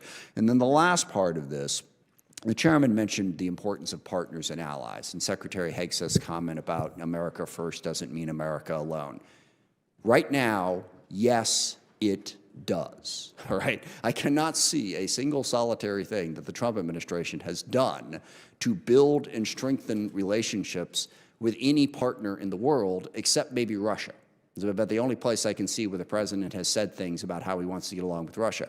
We have launched a trade war against every single one of our partners in the Asia region. Every last one of them. No matter how much they've worked with us, frankly, even in the case of Australia, where Australia, we have a trade surplus with Australia, but we're going to shoot at them too. How on earth is that not America alone? And our partnerships have been really important, and I want to thank our witnesses and others. In the last 5 or 6 years, we've built very strong relationships with Japan, with South Korea, with the Philippines. We're building stronger relationships with India and Indonesia. Australia has been a tremendous partner, and this has been the greatest thing that has really frustrated China.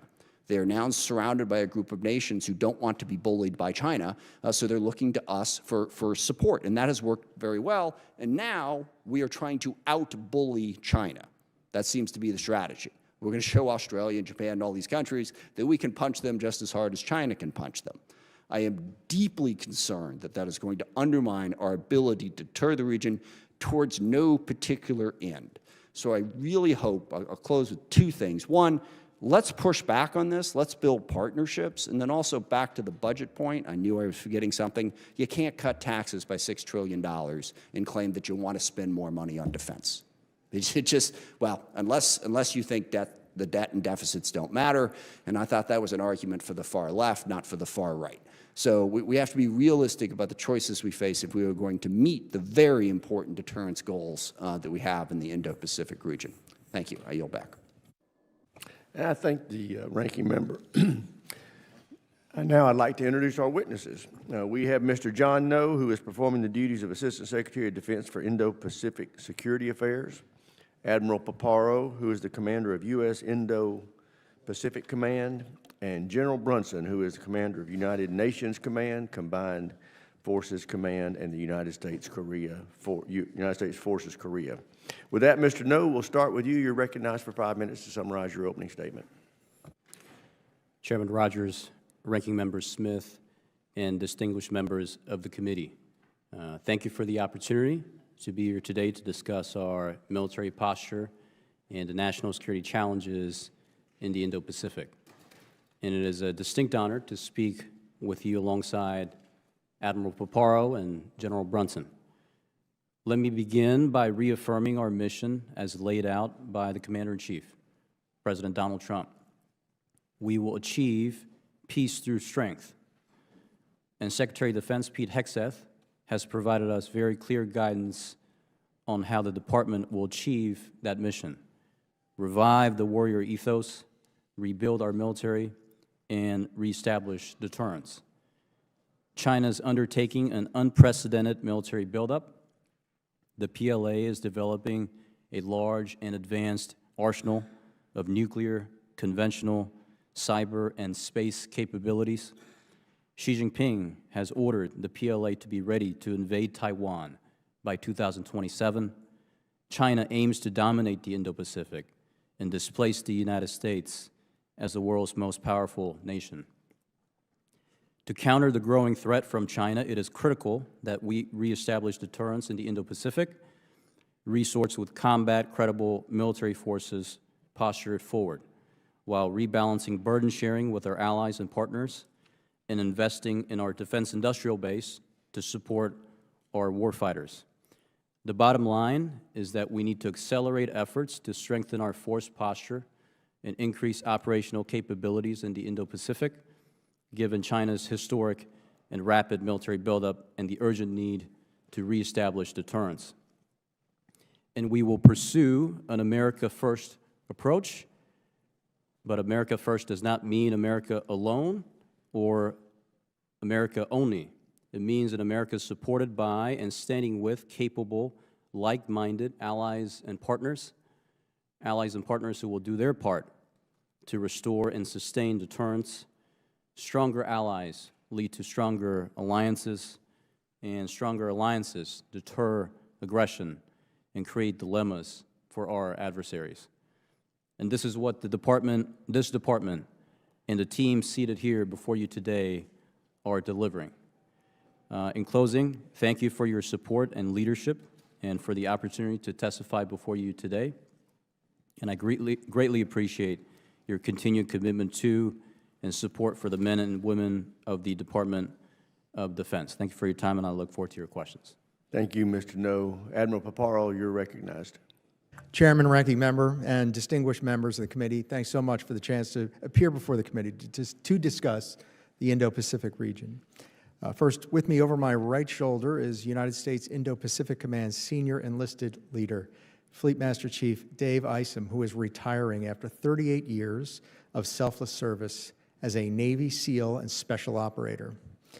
Indispensable to any commander, this senior enlisted leader is in charge of key duties involving a region that spans over 50% of the globe, 4 of the 5 of the world's major threats, and much of the world's economic activity. Roughly 50% of the U.S. military's operational forces falls under his charge. And as all know, the Non-Commissioned Officer Corps is one of the Joint Forces' absolute asymmetric advantages. Fleet Master Chief Isom's leadership in this critical duty has been exemplary. I honor his service. He has been indispensable to me in making the transition as the commander for the last year. And this summer, having bid farewell to Master Chief Isom, we'll welcome Marine Sergeant Major Eric Cook to this post. Indo-PACOM faces a confluence of challenges. Foremost among them is China's increasingly aggressive and assertive behavior. Their unprecedented military modernization, encompassing advancements in artificial intelligence, hypersonics, space-based capabilities, among others, poses a real and serious threat to our homeland, to our allies, and to our partners. In 2024, the People's Liberation Army demonstrated growing capabilities through persistent pressure operations against Taiwan, escalating by 300%. China's aggressive military actions near Taiwan are, as the chairman said, not just exercises, they are rehearsals. And while the PLA attempts to intimidate the people of Taiwan and demonstrate coercive capability, these actions backfire, drawing increased global attention and accelerating Taiwan's own defensive preparations. North Korea's development of advanced nuclear weapons and ballistic missiles, including a new intercontinental ballistic missile capable of reaching the United States, poses a direct threat to our homeland and to our allies. Further, as discussed, North Korea is deepening its relationship with Russia, receiving military support and assistance to advance its own military capabilities. Russia's growing military cooperation with China adds another layer of complexity, creating a compounding challenge with the deepening cooperation between China, Russia, and North Korea. U.S. Indo-PACOM deters threats to the regional stability in competition and in crisis, while ensuring the ability to prevail in conflict. That ability to prevail is indispensable to deterrence. In 2024, the command conducted 120 joint exercises, among them 20 major joint exercises across the region, including allies and partners, demonstrating our capability and our combined capacity. We continue to strengthen relationships with Japan, South Korea, Australia, Republic of the Philippines, India, Taiwan, the ASEAN nations, the Pacific Island countries, and European partners in Indo-PACOM, including the United Kingdom and France. Multiple groupings, such as the Quad and trilateral arrangements, further enhance our capabilities. We must strive for dominance in space and across the information environment, including cyber, leveraging capabilities to counter command and control, intelligence, surveillance, reconnaissance, and targeting. This enables the command to gain a non-linear advantage over potential adversaries. And while the scale of our effort is substantial, the ability to master information is absolutely paramount to projecting power and safeguarding our interests. To maintain credible deterrence, U.S. Indo-PACOM requires sustained investment in counter C-5 ISR and T, in fires, in integrated air and missile defense, in force sustainment, and as discussed, in autonomous and artificial intelligence-driven system, and all under greater ability to maintain domain awareness. As the most consequential opponent, China poses real and serious challenges to our military superiority, but this also presents opportunities for reform and for establishing enduring advantage. While Indo-PACOM faces significant challenges, I do remain confident in our deterrence posture and the ability to defend U.S. interests and maintain regional stability, but the trajectory must change. China is outproducing the United States in air, maritime, missile capability, and accelerating their space and counterspace capabilities. Though we face serious challenges, the joint force remains confident, resolute, and determined to prevail. Deterrence remains our highest duty. Thank you for your continued support for Indo-PACOM. Together, we advance the security, freedom, and prosperity of the American people and our allies and partners. I look forward to your questions. Thank you. Thank you, Admiral. General Brunson, you're recognized. Chairman Rogers, Ranking Member Smith, and distinguished members of the committee, thank you for the opportunity to speak to you today. I'm honored to sit alongside Mr. No and Admiral Paparo here in the first of my posture hearings, the first of what I hope to be many more in the future.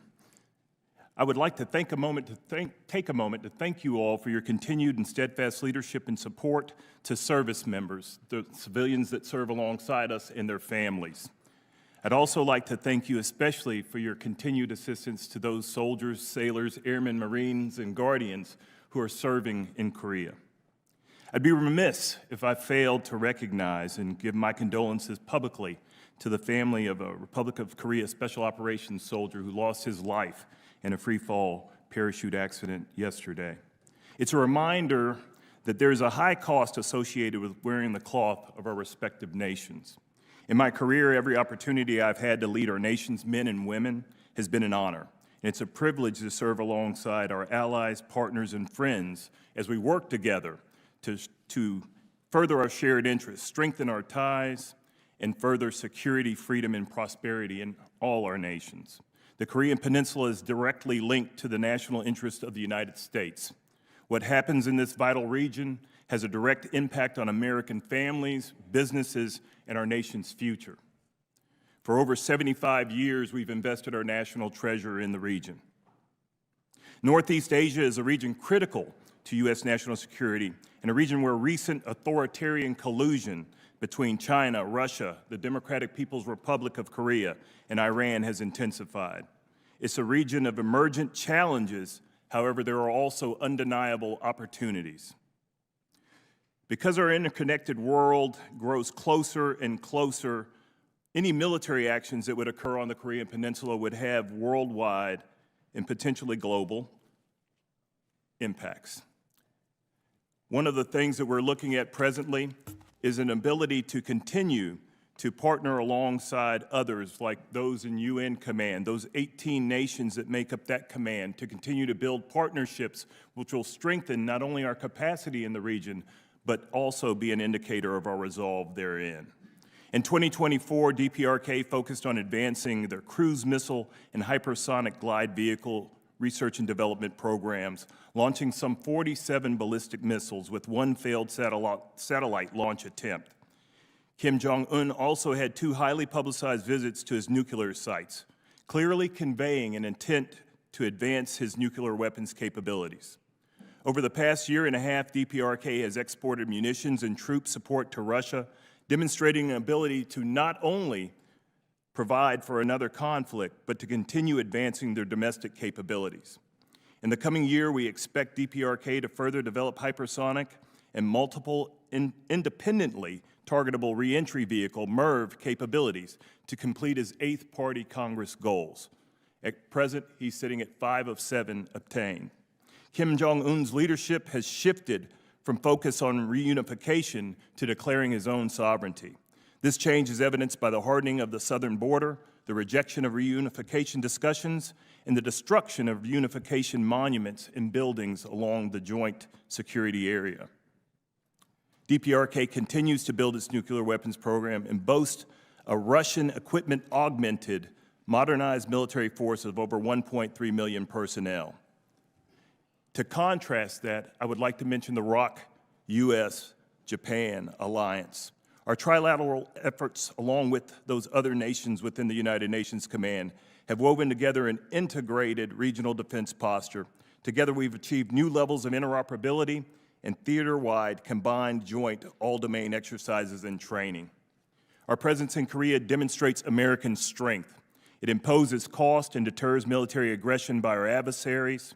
The ROC U.S. alliance remains the linchpin of security in Northeast Asia. I'm committed to working with you to ensure the continued security, freedom, and prosperity of the Korean Peninsula and a free and open Indo-Pacific. Thank you, and I look forward to your questions. Thank you, General Brunson. I recognize myself first for questions. Admiral Paparo, how does the growing cooperation between China, Russia, and North Korea present challenges in your area of operations? Chairman, each country compensates for the other's weaknesses. In this case, it's quite transactional, and there's a matter of symbiosis among it. So, for example, China has provided 70% of the machine tools and 90% of the semiconductors that support Russia's rebuilding its war machine. North Korea provides, as discussed, thousands of rounds in support and troops. And coming back to China and to North Korea are key capabilities where they would otherwise be behind that would help close the gap: submarine technology, missile technology, and surface-to-air missiles, and so forth. This is a transactional symbiosis that poses a serious challenge. Great. General Brunson, what does the U.S. gain from our presence on the Korean Peninsula? And if in fact your tri-command of U.S., South Korea, and UN forces didn't exist, what would it cost us to reestablish that kind of foothold on the Asian continent? Chairman, as you know, that'll be surely a matter of policy, but from my perspective, what I see is that we've got positional advantage currently. We've had experience. You asked us in your opening to sort of highlight these things in regard to our experiences, and I can say that honestly, having been a Special Operations Joint Task Force commander in Iraq 1 year, I found myself on a FOB that I had been on as a battalion commander 6 years before. And we don't want that same condition. I think what we have to recognize is that the way that we are organized, the way that we posture ourselves in the region, we ought not seek credit for it, but we ought to at least acknowledge the fact that we're in all the places that we need to be. Capacities aside, the capabilities that are resident within the KTO presently are right where they need to be, my military assessment. I think that decisions will be made in the future, but just getting back in there and what we might be able to provide, again, in terms of protection and sustainment, which we're able to do across the globe, I think is critically important. Great. Admiral Paparo, how can the U.S. accelerate the delivery of U.S. weapons to improve Taiwan's self-defense? How will the Taiwan Security Cooperation Initiative authorized by the FY25 NDAA help us deliver these needed capabilities to Taiwan? Chairman, key is to eliminate, remove bureaucratic, in some cases, bureaucratic limitations in order to do so. Liberalizing the supply bases, certifying supply bases, a steady flow of funds in order to fund those capabilities and downstream long lead item matters would greatly enhance our ability to produce at speed. And do you think that would have a deterrent effect on China's perceived opportunities? Sir, I think it gains 3 to 5 to 1 leverage for every capability that we provide in defense. Great, thank you. With that, I yield to the ranking member for his questions. Thank you. Sort of building on that last question, Admiral Paparo and General Brunson, if you had to add, as I mentioned in my opening statement, what capabilities, just focusing for the moment on what the U.S. could do you most need? Do you think would be have the most deterrent effect? I know, obviously, everyone wants more ships, more planes, more everything. But if you could, narrow it down to here are some of the most crucial things that could help you, just again, focusing on U.S. needs to deter. If both of you could give us an answer on that. Ranking Member, the most critical need to focus on is our counter C5ISR&T capability, which gives us freedom to maneuver, freedom to operate at lower risk throughout the area of responsibility. Secure communications, basically. The ability to dazzle, deceive, destroy, the adversary's ability to see and sense, and then hardening our own ability to give a high fidelity common operating picture to units to unlock their ability to operate tactically. Yeah. Any piece of that in particular where you see the greatest need right now, understanding that I'll ask you this in the classified session as well and get into more detail. Posture hearings are different this year. We haven't got the budget yet, so it's a little weird. But as we will lead up to the budget, it hopefully will come in about a month, what would be most important to be in there to meet that need? Leveraging the United States' ability, having 90% of the space lift in the world to bring counter space capability, and then to continue to enhance our cyber capability. And many others in the form of long-range weapons, in the form of unmanned and AI systems that affect air denial and sea denial in enclosed places, such as the Taiwan Strait, augment these. Yeah. I'm just going to ask this. So General Hawk got fired. He's the head of NSA Cyber. How has that impacted your ability to work with NSA and Cyber on those very critical issues that you just outlined? I say we're ready to work with whatever competent individual is in place, and we'll continue to try to enhance that ability. Did you think General Hawk was a competent individual who you could work with? Yes. General Brunson, on the first question about capabilities, what would you most need in your command? Sir, as I had the opportunity to mention yesterday in the HAC-D closed session, all my requests are inhabited within the IPL of Indo-PACOM. I would tell you that as I look at the more ephemeral domains of cyber, EW, and space, I'm looking to be engaged in those in a more fulsome manner. And I think that that's where we can talk in closed about some of those particular capabilities that we need to bring to bear on the peninsula. But to an earlier question that you mentioned, Ranking Member, I'd like to say that, if we were trying to project strength, one of the things that we're continuing to work on right now is the assailable flank that is United Nations Command. There are 18 total nations there, and so I see the KTO as being a bit wider, and being able to leverage those other nations in the Republic of Korea and beyond is a way for us to continue to sort of underpin the things that we're doing on the peninsula with legitimacy. I'm running out of That's really important. I want to get to that, but I want to ask Mr. No those questions. So as I mentioned in my opening statement, we are alienating every single partner in the region, and you made the statement, America first doesn't mean America alone. I'm puzzled. What are we doing to enhance relationships? I think we've all seen on display what we're doing to sort of make those relationships more problematic. But what is the administration doing to try to strengthen partnerships when they're launching a trade war against all of our partners? Ranking Member Smith, so as you know, Secretary Hegseth just came back from his first trip to the Indo-Pacific, where he visited both the Philippines and Japan. He had a chance to reaffirm our commitment to those important alliances with— What is that commitment? I mean, we can all go on vacation to Japan and say how much we love the country, but what is that commitment? Because there doesn't seem to be any commitment other than threats and bullying. It's reaffirming our commitment, our treaty obligations to both the Philippines and Japan. He announced a number of things that the department is currently doing to work with both the Philippines and Japan to accelerate and strengthen our relationships. In the Philippines, for example, he made an announcement about bilateral Special Operations Forces training that we're conducting. Just one last question. How much damage do you think the trade war that has just been launched does to all of what you just said? Ranking Member Smith, in all the engagements and the personal engagements I've had, in all the engagements that I've seen the Secretary has had, our relationships with our allies and partners in the region are strong and remain strong. This only started a couple days ago, so we'll see where it goes. I yield back. Thank you, Mr. Chairman. Thank you, the Ranking Member. Chair, I recognize the gentleman from Virginia, Mr. Whitman. Thank you, Mr. Chairman. I'd like to thank our witnesses for joining us. Thanks again for the incredible job that you all are doing. Admiral Paparo, I want to begin with you. You talked about the importance of shipbuilding, but very specifically shipbuilding in certain areas. We have a distinct asymmetric advantage under the sea. Can you give us a perspective about what that looks like in relation to what we have as that advantage versus what the Chinese have, what they're building in relation to what we have?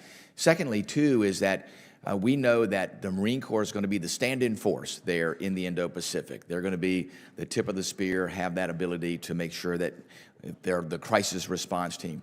The challenge for us today is we don't have enough amphibious ships, and the ones that we do have an operational availability of 41%. So when your call goes out, the challenge is can it be met? Because today we cannot put together an amphibious ready group Marine Corps Expeditionary Unit, better known as an ARC-MU. Can't do it. We can put a single ship out there, but we can't put the complement of ships that we need for an ARC-MU. Can you tell me where are we in relation to the need for getting to that 2.33 submarines a year for AUKUS and ourselves, why that's important, and then what do you see as your alternative in a crisis response if when you call for an ARC-MU, there's not one to be had? Thank you, sir. Great to see you again. Presently, we have a generational advantage from a submarine standpoint against our adversaries. And this is key, critical, and indispensable to the ability to prevail. The PRC, though not perfectly linear, but the PRC is outproducing the United States by a rate of 2.0 per year to 1.28 presently attack submarines per year. Required to get there are continued investments in defense industrial base, liberalizing the long lead time supply chains, and giving a steady flow of funding. On the Marine stand-in forces and on amphibious ships are absolutely critical to this effort. And we are not meeting mission globally on doing so. It's a matter of the maintenance of the current capability that we have, and frankly, it's also a matter of the number of amphibious ships that we have. So the ops analysis does not lie on that matter. Very good. Thank you. Let me then move from that. You talk about the need for us to get above the 1.28 production. That's not only to meet our requirements, but also to fulfill the obligations we made under AUKUS to make sure we have that partnership. Partnerships are incredibly important in that region. We talk about AUKUS, but we also talk about the Quad agreement. Can you give us your sense about, are there any barriers that are standing in the way for us to fully operationalize AUKUS, whether it's Pillar 1 or Pillar 2, and all the opportunities that are there for us with the Quad? We see what our adversaries are doing and trying to create more relationships there. We have to do more at the pace of relevance to make sure we have substantive outcomes of these agreements. Can you give us a perspective about where you see things and what we need to do to accelerate that? AUKUS Pillar 1, operationally, we are meeting every milestone.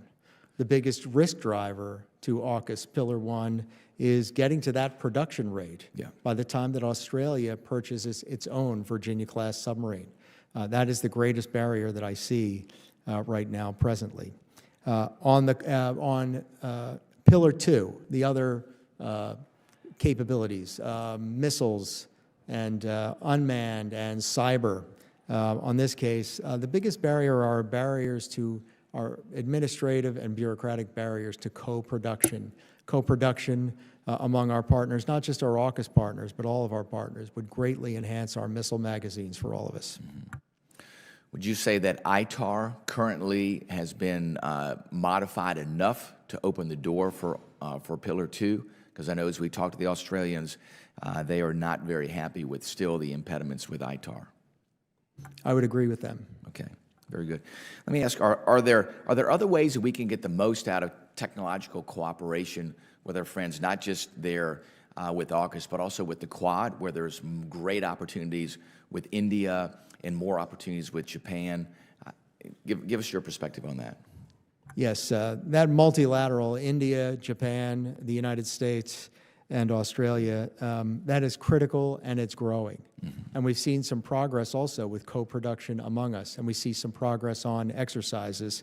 But again, our limits to co-production and speeding up our ability to release key technologies to our partners under conditions of trust and under the scrutiny of trust that leads us to do so with confidence will enhance that effort. Gentleman's time's expired. Chair, and I recognize the gentleman from Connecticut, Mr. Courtney. Thank you, Mr. Chairman, and thank you to the witnesses for your testimony this morning. Again, at the outset, I just would note on Saturday, the 24th Virginia-class submarine was commissioned into the Navy. There are 4 more that are coming online between now and the end of 2026. So, there's no question that the cadence is not where it should be, but if you look at tonnage, and again, if you look at the fact that post-COVID, the yards are recovering. We just had the new Secretary of the Navy at Quonset Point on Friday, who, again, got an eyeful in terms of just the chock-a-block activity that's going on there. So just to go back to AUKUS for a second, Admiral, this committee in record time enacted all the authorities in 2023 per optimal pathway to get, again, that engaged. There still is, in my opinion, a misperception that AUKUS is primarily about just helping Australia. Can you talk a little bit about what it means in terms of the U.S. as far as making our nation safer and also the Indo-Pacific safer? Yes, AUKUS delivers something to Indo-PACOM that is critical and could be a key advantage, and that is an Indian Ocean submarine base. This gives us faster response time to the South China Sea than in Hawaii, in Washington, in San Diego. It gives us the key ability to maneuver into the Indian Ocean without the burden of having to go through straits. And so it is key. And then Australia is making key investments in the submarine industrial base. As I utter these words, there are 11 Australians stationed on attack boats in Hawaii and scores that are working in the Pearl Harbor shipyard.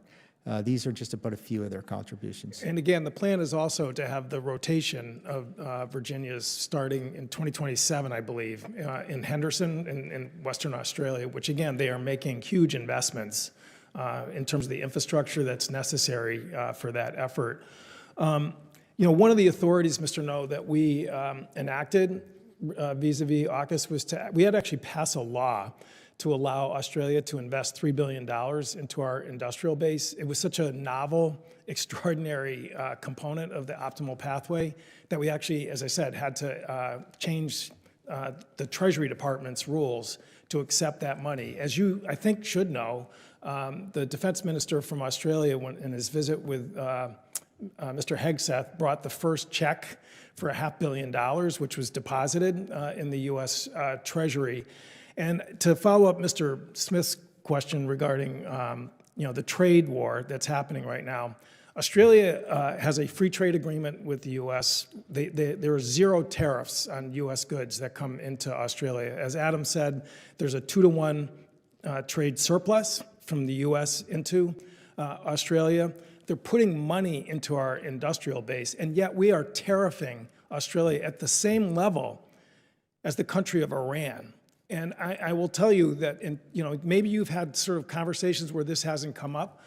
That's not the case for some of us who, are in touch with members of Parliament in Australia. There is definitely collateral damage to our allies in terms of what's happening out there. And the picture that was in the news the other day of representatives from the South Korean government and Japan shaking hands with China to announce a new anti-tariff effort by those countries. I mean, we are just pushing people in the wrong direction in this part of the world. And we need more from you in terms of just what is the department's position in terms of advising the White House about the fact that this is driving our allies in the wrong direction. Congressman, on the issue of tariffs, I mean, that's an issue that's beyond the purview of my personal position to comment on. It's not something the Department of Defense focuses on, but you mentioned the $500 million contribution that Australia made. I was there when Secretary Hegseth met with Deputy Prime Minister Marles. We were grateful, and we are grateful for the contribution Australia is making. That's part of a larger $3 billion investment into our submarine industrial base. Secretary Hegseth said at that meeting, there's more that needs to be done to increase our... I have just a few seconds left. I mean, this is an all-of-government situation, and you cannot stovepipe the the Department of Defense in terms of just what's happening with other parts of the administration. And this trade war, as I said, is driving our allies in the wrong direction, and we need to stop it. I yield back. Gentleman's time has expired. Chair now recognizes the gentleman from South Carolina, Mr. Wilson. Thank you very much, Mr. Chairman, and I want to thank each of you for your service. It's humbling to be in your presence, and what a difference you make, and how important it is where we are today, sadly in a conflict we did not choose, and that is dictators with rule of gun invading democracies with rule of law, and what we can do to deter, and that's your field. And we saw, sadly, dictator war criminal Putin to invade Ukraine on February 24, 2022, under the theory that Ukraine doesn't exist. Then we know that the puppets of Iran invaded Israel on October 7, 2023, under the theory that Israel doesn't exist from the river to the sea.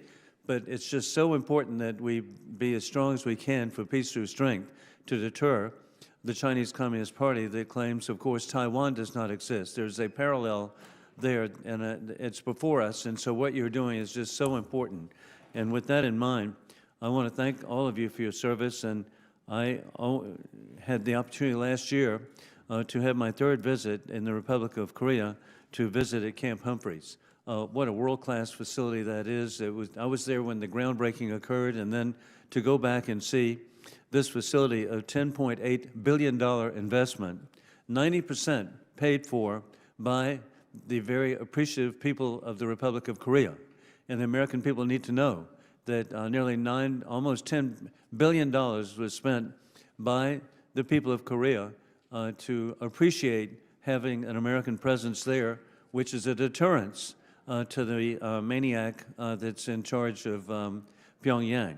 Keeping that in mind, I visited with troops from South Carolina, and it's just so important that we remain ironclad in supporting the people of Korea with the instability of, indeed, the regime in Pyongyang.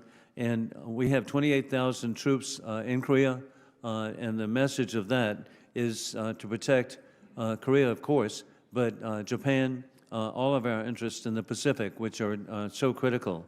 And with that, indeed, General Brunson, I'm very grateful myself that I'm the only member of Congress who's actually been to Pyongyang. I was on a delegation in 2003. And so I saw, again, firsthand, the oppression of the people of North Korea and how sad that is. But Kim Jong-un has laid out a plan to advance missile technology of North Korea, and he's proceeding with this year 8 ballistic missiles that are being developed that possibly could reach the United States. With that in mind, and we also know the increasing relationship between North Korea and war criminal Putin, with North Korea sending troops to kill Ukrainians with the technology that indeed war criminal Putin is providing to North Korea for ultimately the ability to attack the United States.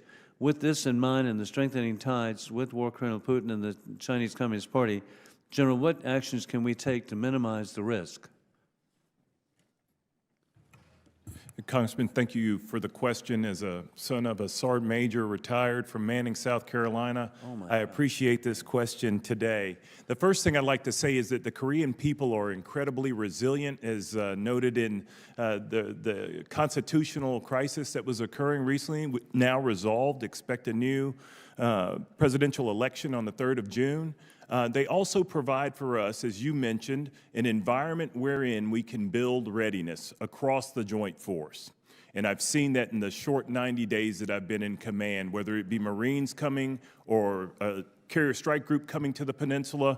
And so those things are absolutely sound, and I thank the Korean people for what they provide for us. As Admiral Paparo mentioned, the things are going there. We can see it very well. We can see, we can sense, we can understand, we can track, we can even target things that are going. We do not, however, but we can see that. What's most important, as Admiral Paparo said, is what's coming back. The technological development that they're able to almost cut in half in terms of developing the ballistic missile technology, to develop air vehicles for their missiles, all those things that they're getting back in terms of the ability to jam in the West Sea, which has now made that a contested area. I think that's what we keep our eyes on, and we deter that by continuing to bring those strategic assets to bear in the KTO. And I'm grateful to see a son of Clarendon County do well. And Admiral, just a point, I appreciate Donald Trump naming the Indo-PACOM, and I appreciate every effort made to work with our defense allies of India. What a great ally they can be, and particularly with the development of an industrial base of their own, not to be depending on war criminal Putin for inferior Gentleman's Russian time's equipment. expired. You're not recognized, gentleman from California, Mr. Garamendi. Thank you, Mr. Chairman, and thank you for your opening remarks, as well as Ranking Member Smith, about this set of issues. I'm going to very quickly, Mr. Knoll, your response to my colleague, Courtney, was totally inadequate. It was wrong. You've got to send back to the Secretary that the trade war significantly diminishes our power throughout the world.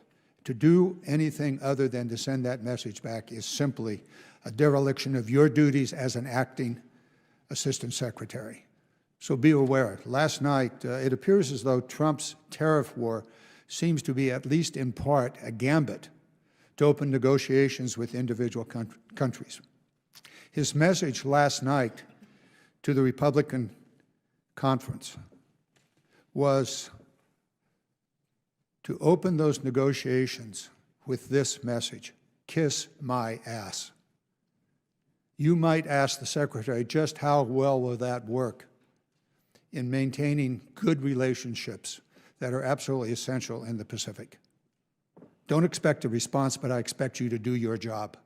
Send the message back that these negotiations, this trade war, is a very serious challenge toward the Indo-Pacific region and other parts of the world. Now, from my perspective, this administration's approach to addressing China is reckless and misusing our national instruments of power. So, Admiral Paparo, let's talk about the Pacific Islands. Are they important in your strategies in the Pacific? Congressman, just as in the Second World War, the Pacific Island countries, Guadalcanal, throughout the Indo-Pacific to Bora Bora are important as well. And that's why the People's Republic of China has efforts of elite capture, of the attempted partnership with their security apparatuses. And so on history, on geography, and on interests, they're quite important. Good. Are we missing the opportunities with the trashing of USAID and also not using the Coast Guard to full effect in the Pacific Islands? The USAID aid is under review, and I'll be advocating most strongly for that aid for all of the countries. And the Coast Guard provides a critical role in the South Pacific, and that is counter lawfare, counter illicit trafficking, counter illegal, illicit, and unregulated fishing. And those are key advantages. The Coast Guard is uniquely capable of doing that, and they've done a wonderful job for us. Are they available 365, 24/7? Presently, they're on another task, and we're compensating for that with appropriate naval capabilities and air capabilities. But they are quite critical to that mission. I'm told it costs about $140 million to have a Coast Guard cutter available, operating in the Pacific Islands. Is that an investment that you're willing to make from the Pacific Defense Initiative? Yes, sir. Thank you. I appreciate the direct response. $140 million. There's also issues of basing relationships with various ports in the Pacific. Will you be using the Defense Initiative to enhance those facilities that are necessary for the Navy as well as for the Coast Guard? Yes, sir. Those bases, places, the airfields, the ports, the piers are absolutely critical. They're key to our principles of expanded maneuver that enables us to put geography to work, to deter, and if necessary, to win. Good.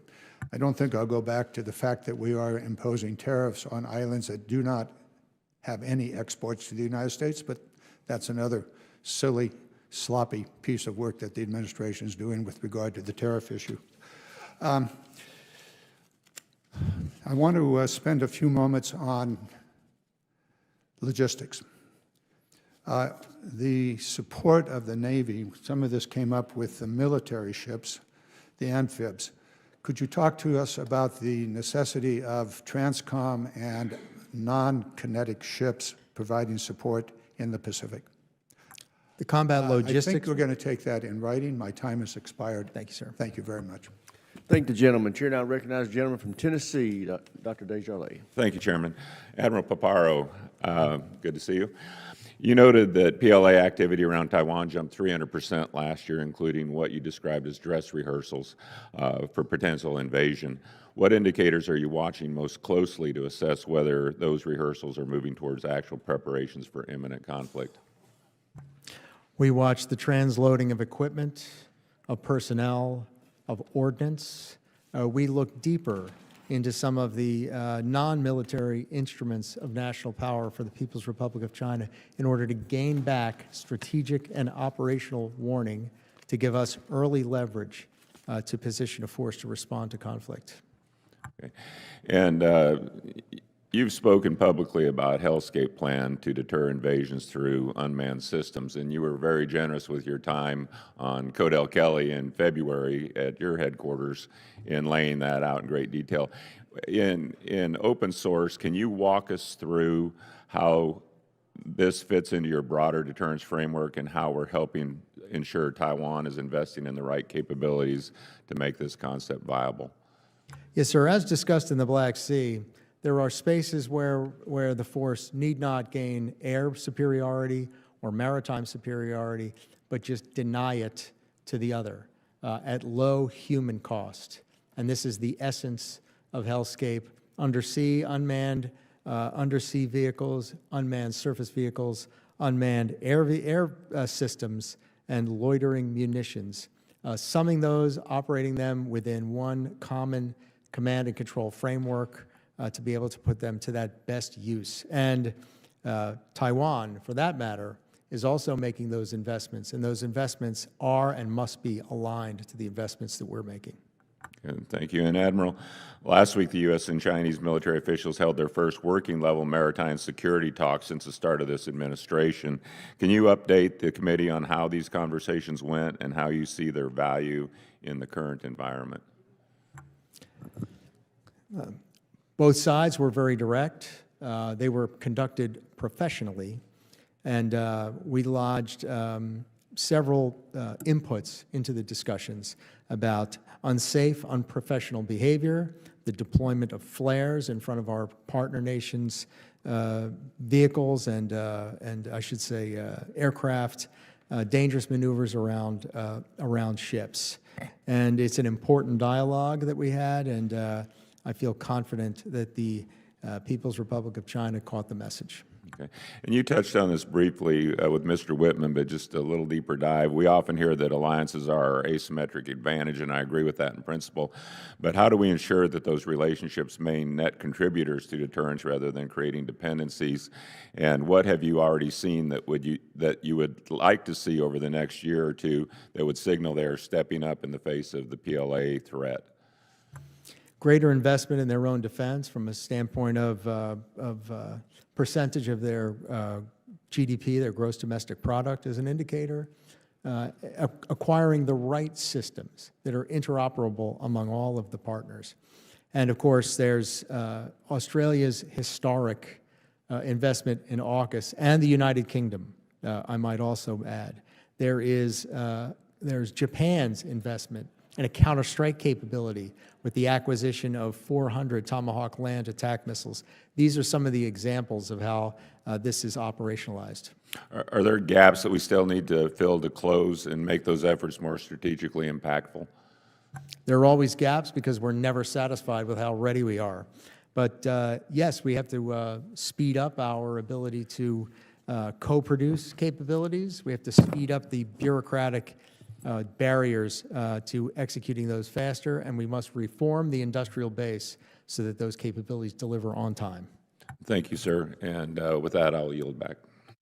Thank the gentleman for yielding. Chair, I recognize the gentleman from Massachusetts, Mr. Moulton. Thank you, Mr. Chairman. Mr. Koh, you said in your testimony that stronger alliances is what this team is delivering. Are alliances with Japan, South Korea, Taiwan, Thailand, Vietnam, Australia, the Philippines, and India included in your stronger alliances? Are those important allies for us in the Indo-Pacific? Congressman, absolutely. So you're raising tariffs 24% on Japan, 25% on South Korea, 32% on Taiwan, 36% on Thailand, 46% on Vietnam, only 10% on Australia, 18% on the Philippines, and 26% on India. How do these tariffs strengthen our alliances? Well, Congressman, as I said before, the issue of tariffs is beyond purview of my position. Oh, so it doesn't matter? You don't think our allies care about tariffs? You seem to care about our allies and the relationship we have with them. You don't think tariffs have any influence on that? Congressman, I've had multiple engagements, personal engagements with allies and partners. Does weakening our allies' economies help our alliance? All the engagements that I've had, that I've seen the Secretary have with his counterparts, lead me to believe that our alliances and partnerships are in a very That they like the strong tariffs? That that's a good move? It strengthens our alliances? Is that what you're saying, Mr. Koh? Our alliances and partnerships are in a very strong place. These tariffs are also going to raise prices for American consumers, including American troops. Will this be good for your soldiers, General Brunson? Do they have a lot of extra disposable income to spend? Congressman, in answer to the extra disposable income, I've got two college-age daughters that I'm still putting through college and a 15-year-old at home. I don't know that disposable income is what I would look at here. Admiral Paparo, when the tariffs raise the prices that your sailors and Marines pay at the commissaries for groceries, the PX, whatever, is that good for your sailors and Marines? Higher prices? Higher them and their families? Higher prices will hurt our service members. Mr. No, you mentioned that, I appreciate the direct answer, thank you. Mr. No, you mentioned that Secretary Hegseth recently traveled to the region to reaffirm our commitment to our allies. Is South Korea one of those important allies? South Korea is a very important ally.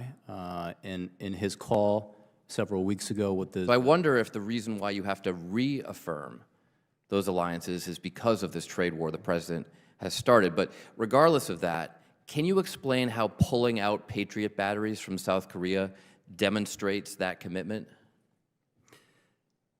Congressman, we face a very dangerous security environment. The department Yes, in the Indo-Pacific, which is your #1 priority. So why are you pulling Patriot batteries out of South Korea to send them to the Middle East?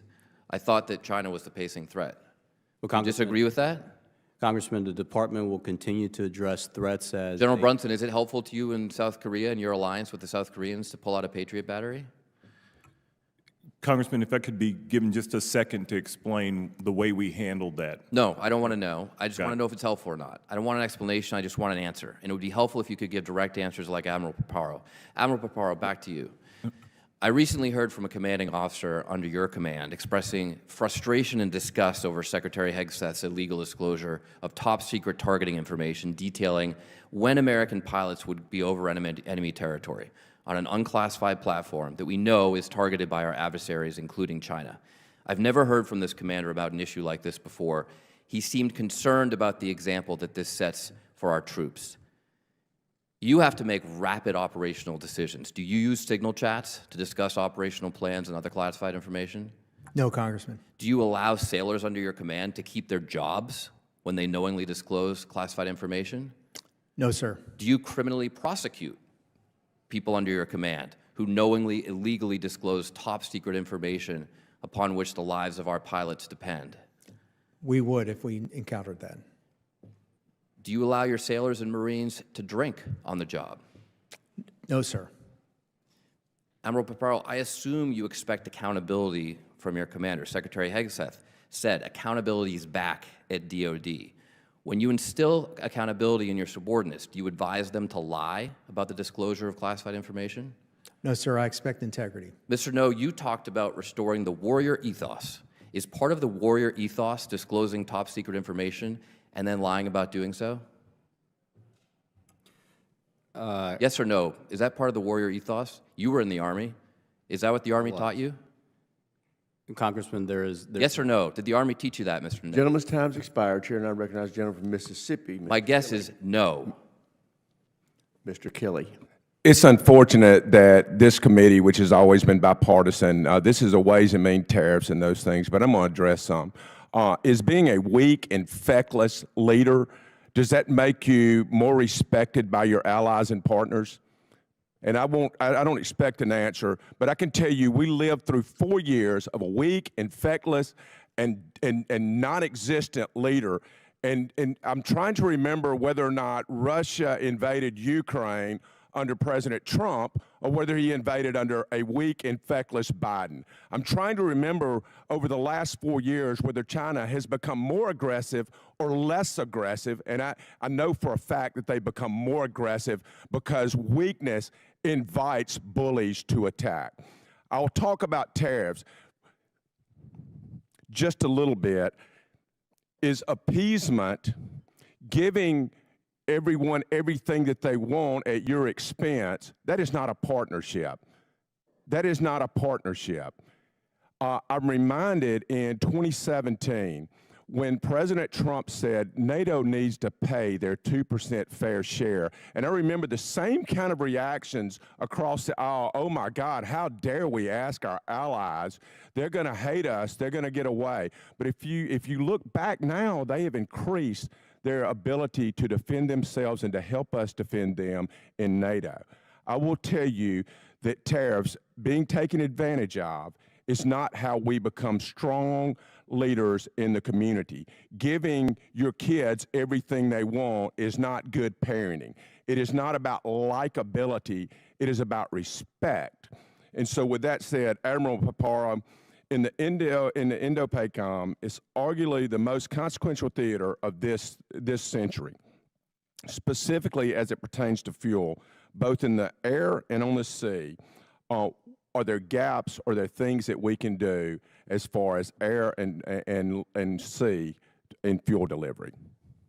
Yes, sir. There are gaps in defense fueling support points. Those are those locations where aircraft and or ships would load fuel and distribute fuel.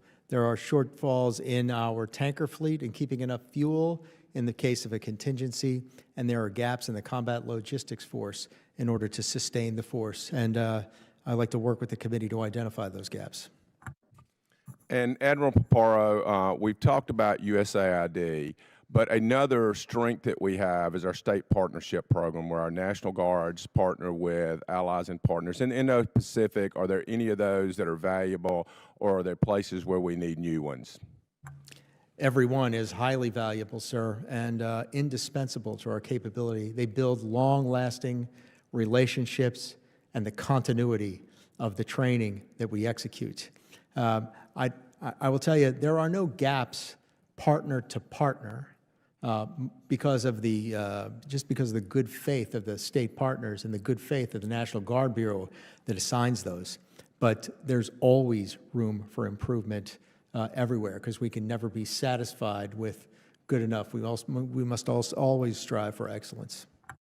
And I want to address just a little bit, because I also sit on the House Select Committee on Intelligence, and the signal chat, while ill-advised, and I'll be the first to say that, there's no indication that any classified real-time information about strikes that are not specific in the location, that would not be top-secret information, would it? If it doesn't disclose location, time, systems, that would not be top-secret unless it disclosed beforehand sources or methods or direct, specific things that could be used. Is that correct to Admiral Paparo and General Brunson? Agreed, sir. Yes, sir.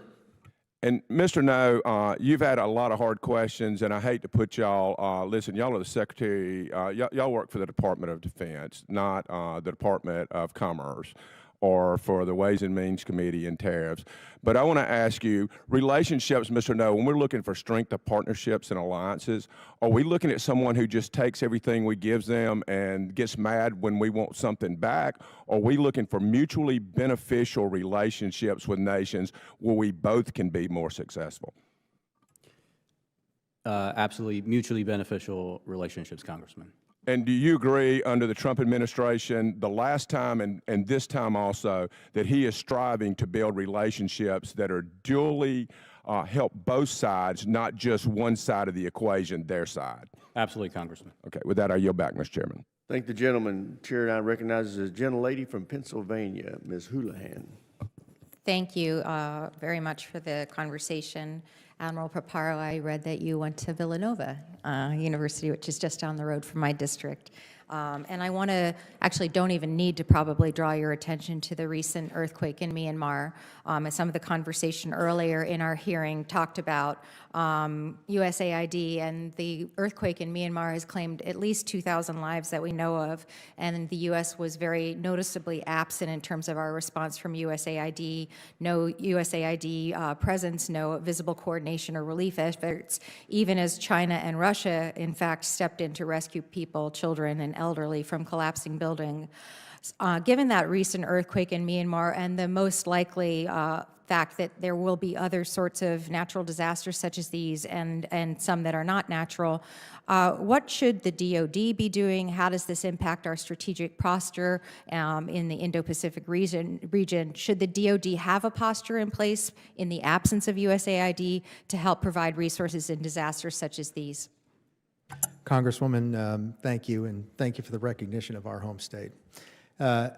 Yes, we are postured in places, in certain locations with crisis response forces, and in partnership with USAID, there are key and critical stores that enable us to respond to these natural disasters. And the outcome of this is an enhanced ability to gain access, basing, and overflight in combat. So I happen to have been flying through Hawaii on our way to Australia when the Maui fires happened, and the response was pretty forceful from our military because we were still waiting for FEMA to respond. This has to not be the most efficient way for our government to respond to natural disasters that happen for our own people and also for those around the world. There has to be a better way of doing that than to distract and deploy our military in those sorts of situations. Do you feel as though that might be the case?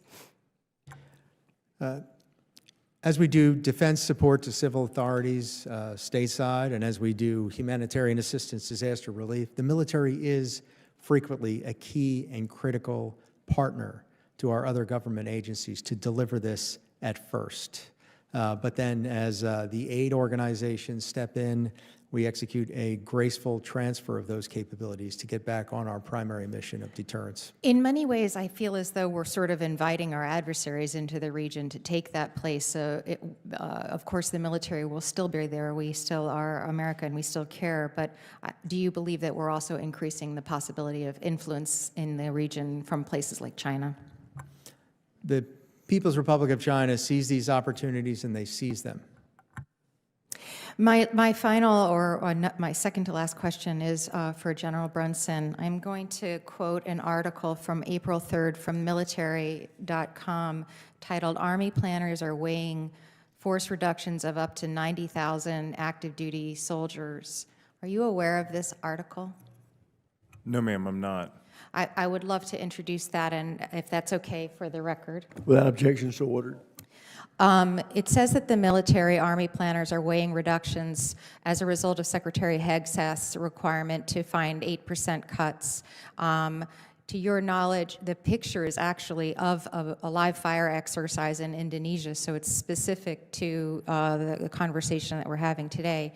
You're not aware of any conversations of any reduction in force of 90,000 Army soldiers? No, ma'am, I'm not. I would love it if I might be able to follow up with you all and understand if there's any truth to this article, because it is sort of alarming to me. With what remains of my time, Mr. No, I want to talk to you as well. Many of my colleagues have spoken to you about trade tariffs, and yesterday we had a very similar conversation with your colleague who had a similar position in Europe. And I really was frustrated with her answers, and I'm also frustrated with yours that there is not a whole of government understanding of the implications of tariff being levied on our allies in the region and other nations in the region too. Is it really your position that this is not something that's yours to opine on or to talk about? Congresswoman, yes, tariffs is simply beyond purview of my position to. But my understanding is that at the end of March, South Korea, China, and Japan held an economic dialogue that they agreed that they would work together now as a result of what the United States is levying upon them. Are you aware of that? Gentlelady's time's expired. Chair now recognizes the gentleman Thank from you. Nebraska, Yield. Mr. Bacon. Thank you, Mr. Chairman. I appreciate all three of you being here. And we got our hands full at the United States. We got China's the pacing threat, the long-term threat. They want to be the regional hegemon now, and they want to be the world superpower in the decades to come. But I would also submit that Russia is the near-term threat by its behavior, with Ukraine severing cables, shooting down airliners, and then we also have Iran, the world's largest exporter of terror. And we have to deal with all three of these, which means we have to have the capabilities, but we also have to have close allies. I appreciate the job our two four-star generals are doing in the Pacific. I'm grateful to you. My first question is to Admiral Paparo. I was a 30-year electronic warfare guy in the Air Force. I think we were dominant in the 1990s, but we let it atrophy. Could you talk about the importance of EW in your theater, but also the Air Force has funded 10 EA-37s, Compass Call aircraft, which I used to fly the earlier version. I don't think that's adequate for your needs. So if you could talk about the importance of electronic warfare and the EA-37. Thank you, Congressman. Yes, as discussed, our highest priority is counter command control communications and intelligence, surveillance, response, and targeting. And electronic means, whether that's through internet protocol, that's through radio communications, is the absolute linchpin. And to be able to target that non-kinetically is absolutely critical. And I couldn't agree more with our need to strive even harder to gain and to maintain dominance in those critical spectra. Is 10 EA-37s adequate? I'll have to get back to you on that, but you're talking to somebody that's never satisfied with where we are.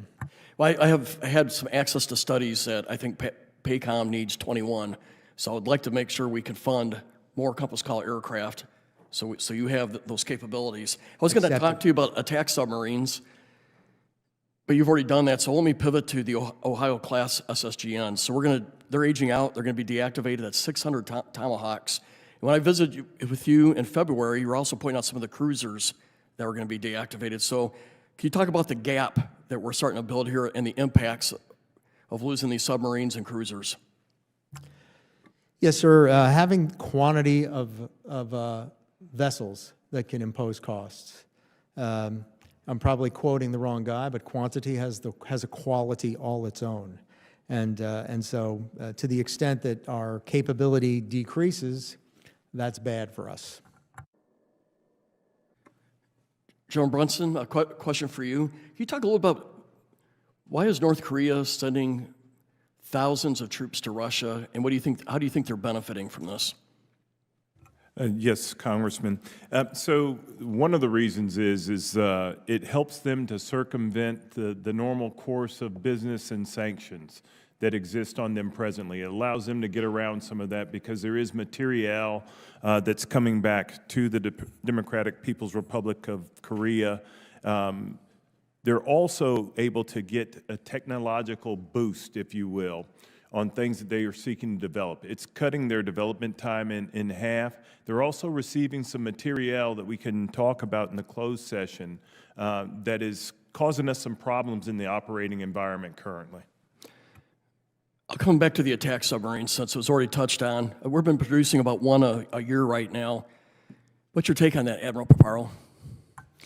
It's inadequate, and we've got to work harder in order to do that. And it's a combination of a steady stream of funding. It's a combination of liberalizing the defense industrial base, reforming the industrial base, and so we have to work harder. We have to get to 2.3, 2.4, 2.5 per year, and we can't rest until we do so. Thank you very much. I appreciate all three of you. And I would just close by saying, we're leader of the free world, and we can only produce one attack submarine. We got to do better. I yield. I thank the gentleman for yielding. Chair, and I recognize the gentleman from New York, Mr. Ryan. Thank you, Mr. Chairman. Thank you all for being here. Appreciate you making a long trip, especially for two of the three of you. Admiral Paparo, thank you for hosting myself and others out in February, along with my colleague, Mr. Bacon. I think it's important to say in front of the American people and the whole committee, I left with an incredibly optimistic and frankly very proud view of your leadership, all the subordinate component commands, all aligned, clear-eyed about the threat, clear-eyed about the urgency of the moment, and I commend you on that. And I also commend you on, always coming to us and letting us know in a productive way what we can be doing to enable and continue to up that. I want to share something specifically that you said at the Honolulu Defense Forum when I was out there that I think is really aligned with the chairman's leadership and the ranking member's leadership and where we want to focus on acquisition reform. You talked about procurement that moves at the speed of combat, not the speed of committee or Congress, or we could use other C words. I just want to foot stomp that and thank you for saying that so directly. And again, I really appreciate the chair and the ranking member's leadership in pushing us as a whole committee to drive on that. And I know that you will continue to let us know specific reforms and needs as that goes through. I want to shift now to a separate but related topic. And again, I know we're talking about this a lot, but share, Mr. No, my colleague's concern and disappointment that we're not getting candid answers. Frankly, even as a very junior military officer, I understood that all the elements of national power, diplomatic, information, military, and economic, have to be synchronized effectively. So I do think the committee and the American people are owed an answer on this. So I want to talk about the impacts to our allies that other colleagues have highlighted. The hypocrisy of asking allies and partners in Indo-PACOM to up their defense spending, up their burden sharing, and then hitting them with nonsensical, uninformed, and I think now clearly shown to be not even technically correct tariffs is I think, a massive own goal, as we would say with my 5- and 3-year-olds that I'm teaching soccer. Your testimony specifically calls out empowering our allies and commanders in your opening remarks as one of the keys to reestablishing deterrence in Indo-PACOM and achieving peace through strength. Yes or no, please? Do you think a 46, or does the department think a 46% tariff empowers Vietnam? Yes or no? Congressman, I can't give a yes or no answer because the issue of tariffs is beyond the purview of my position. Do you think that a 25% tariff on South Korea empowers our allies and partners? Same answer, Congressman. General Brunson, do you think that empowers our allies and partners in South Korea? Congressman, if I could just ask for a point of clarification. Now we're down to 25%. I would say that it impacts their budget, and so that's something else they'll have to work through the Korean government to solve. Do you think it strengthens our partnership, yes or no? Congressman, I cannot say that yet because I don't know the impacts of it. I've been here for a week, but we come through our recent exercise series. There have been no impacts to what I understand are purchases that are ongoing for the military element within Korea, and I believe that we're sound. Thank you, General. On Australia, who everyone has acknowledged is our most strategic partner in Indo-PACOM, and Mr. Courtney spoke about this. Admiral Paparo, you called them our most strategic partner. Mr. No, you called them a key logistics hub. It's clear that they were blindsided in particular by this tariff, which I find particularly offensive given the time and investment all of us have spent in building that relationship and nurturing and growing that relationship, to the point that the Prime Minister said, quote, "The Trump administration's tariffs have no basis in logic, and they go against the basis of our two nations' partnerships." He's absolutely right. Does that tariff, can you at least acknowledge on AUKUS, given all the bipartisan work that's been done there, that hurts our relationship, Mr. No? Congressman, we have a very strong relationship with Australia. Yes or no? Does that help or hinder our partnership? To blindside an ally with such a forceful tariff? I'm not here to talk about tariffs, Congressman. I yield Gentleman's back, Mr. time's Chair. expired. Chair now recognizes the gentleman from Texas, Mr. Fallon. Thank you, Mr. Chairman. Admiral, thank you for being here, and General as well, Mr. No. I like to keep things simple, basic. 20 years ago, would you agree, Admiral, that in the last 20 years, China's capabilities and ambitions have grown exponentially? I have a direct view of that over that 20 years, yes. And you'd agree they're a military peer now? I do. Okay. Same question, General. Sir, looking through the DPRK lens, I would say yes on both counts. Thank you. So how many, Admiral, how many Marines do we have on Okinawa today? 18,000. And was it roughly the same 20 years ago? 20 years ago, it was about the same, yes, sir. What's the end strength goal right now? Presently, right now, 3rd Marine Expeditionary Force is at end strength as it's stationed where it is. It really is optimized. Okay, and so there's no plans to reduce it from, say, 18,000, 19,000 to about half, 10,000? There is the Defense Policy Renew Initiative, our agreement with Japan, and it's a conditions-based process. And ultimately, 5,000 U.S. Marines are planned to be in Guam, and another 2,700 Marines are planned to be in Hawaii. So given the considerations that we talk about with China and the threat, it's something that I would recommend we do is to renegotiate with our Japanese friends and keep those 18,000 or that strength, 18 to 19,000. Because if, God forbid, General, how many troops do we have in Korea in the 80s, roughly? Was it about 50,000? Is that right? Congressman, it's a bit lower than that. In the 40s? 45,000 or so? A little bit lower than that. 40? 28. No, so in the 80s, 30 years ago, we only had, I'm not talking today, what was it then? 60. What was our high strength? Probably about 60,000 when the division second and what is it now, about 30, about half? About 30, sir. Okay, so we've established that this threat has grown exponentially, and yet we've reduced our footprint. So God forbid, it's a simple question and an obvious answer, but God forbid there is a conflict on the Korean Peninsula. God forbid the Chinese do cross the Taiwanese Straits. Would you rather have 45 or 50,000 American troops on the peninsula, or would you rather have 30? It's obvious, right? Yes, Congressman, it's an obvious answer. And the same You'd thing, always want more, of but course. But the same thing, Admiral, in Okinawa, right? I mean, If a little bit's good, a whole lot's better. Sir. yeah, and I'm not worried that it's going to capsize either. I think that's going to be solid. So, Admiral, we have a great many allies in the region, wonderful allies. Certainly, so many of them come to mind. But what I wanted to ask is, what country, in your view, is already an established model ally that what is that model ally, and how can we foster more of our relationships to look like that one? Indo-PACOM has 5 of the nation's 6 treaty allies in its AOR, and I have got tremendous pride in our execution of that alliance itself. Japan, South Korea, and Australia are very much model allies in their ability to provide capability, and the Philippines is growing. And we've recently had a very good engagement with Thailand, and they continue to contribute. Yeah, Thailand's worried me a little bit about cozying up to China. That's why it's so important what we do here. So another question, I'm very curious to hear your answer. Which friend or friendly nation in Indo-PACOM presents the most promise and potential benefit for the United States in our interests in the future? Vietnam and Indonesia, and India. Yeah. Absolutely, India above all others. I noticed in India in 2007, they only bought about $230 million or so dollars worth of military equipment, and today it's neighboring around $24 billion.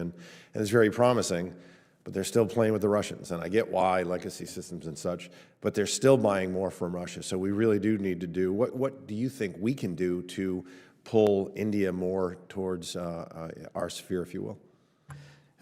India's security cooperation sales with Russia is approximately 30% of their gear. No new buys on this.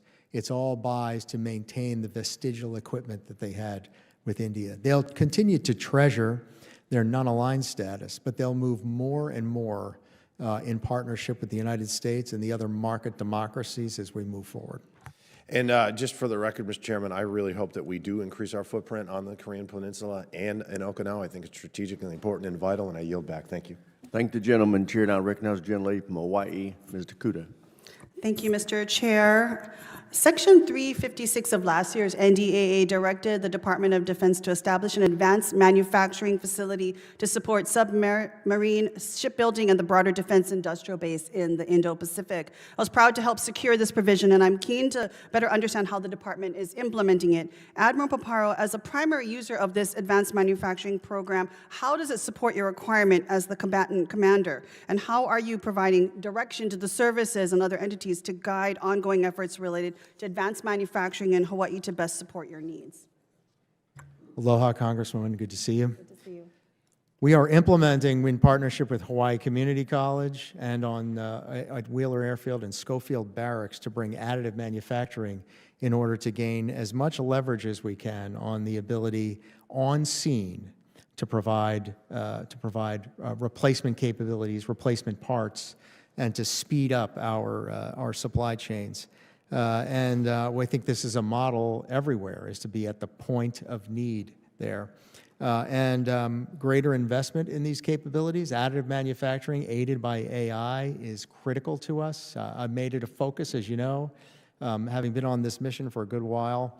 I think one of the biggest barriers to it is going to be to ensure that the systems commands quickly assess the applicability of those components. And when they're finding them wanting, we run to the problem and improve it. And when they are adequate, quickly give authorities to employ those additive manufacturing capabilities to move faster, to repair gear, and to get it on the line faster.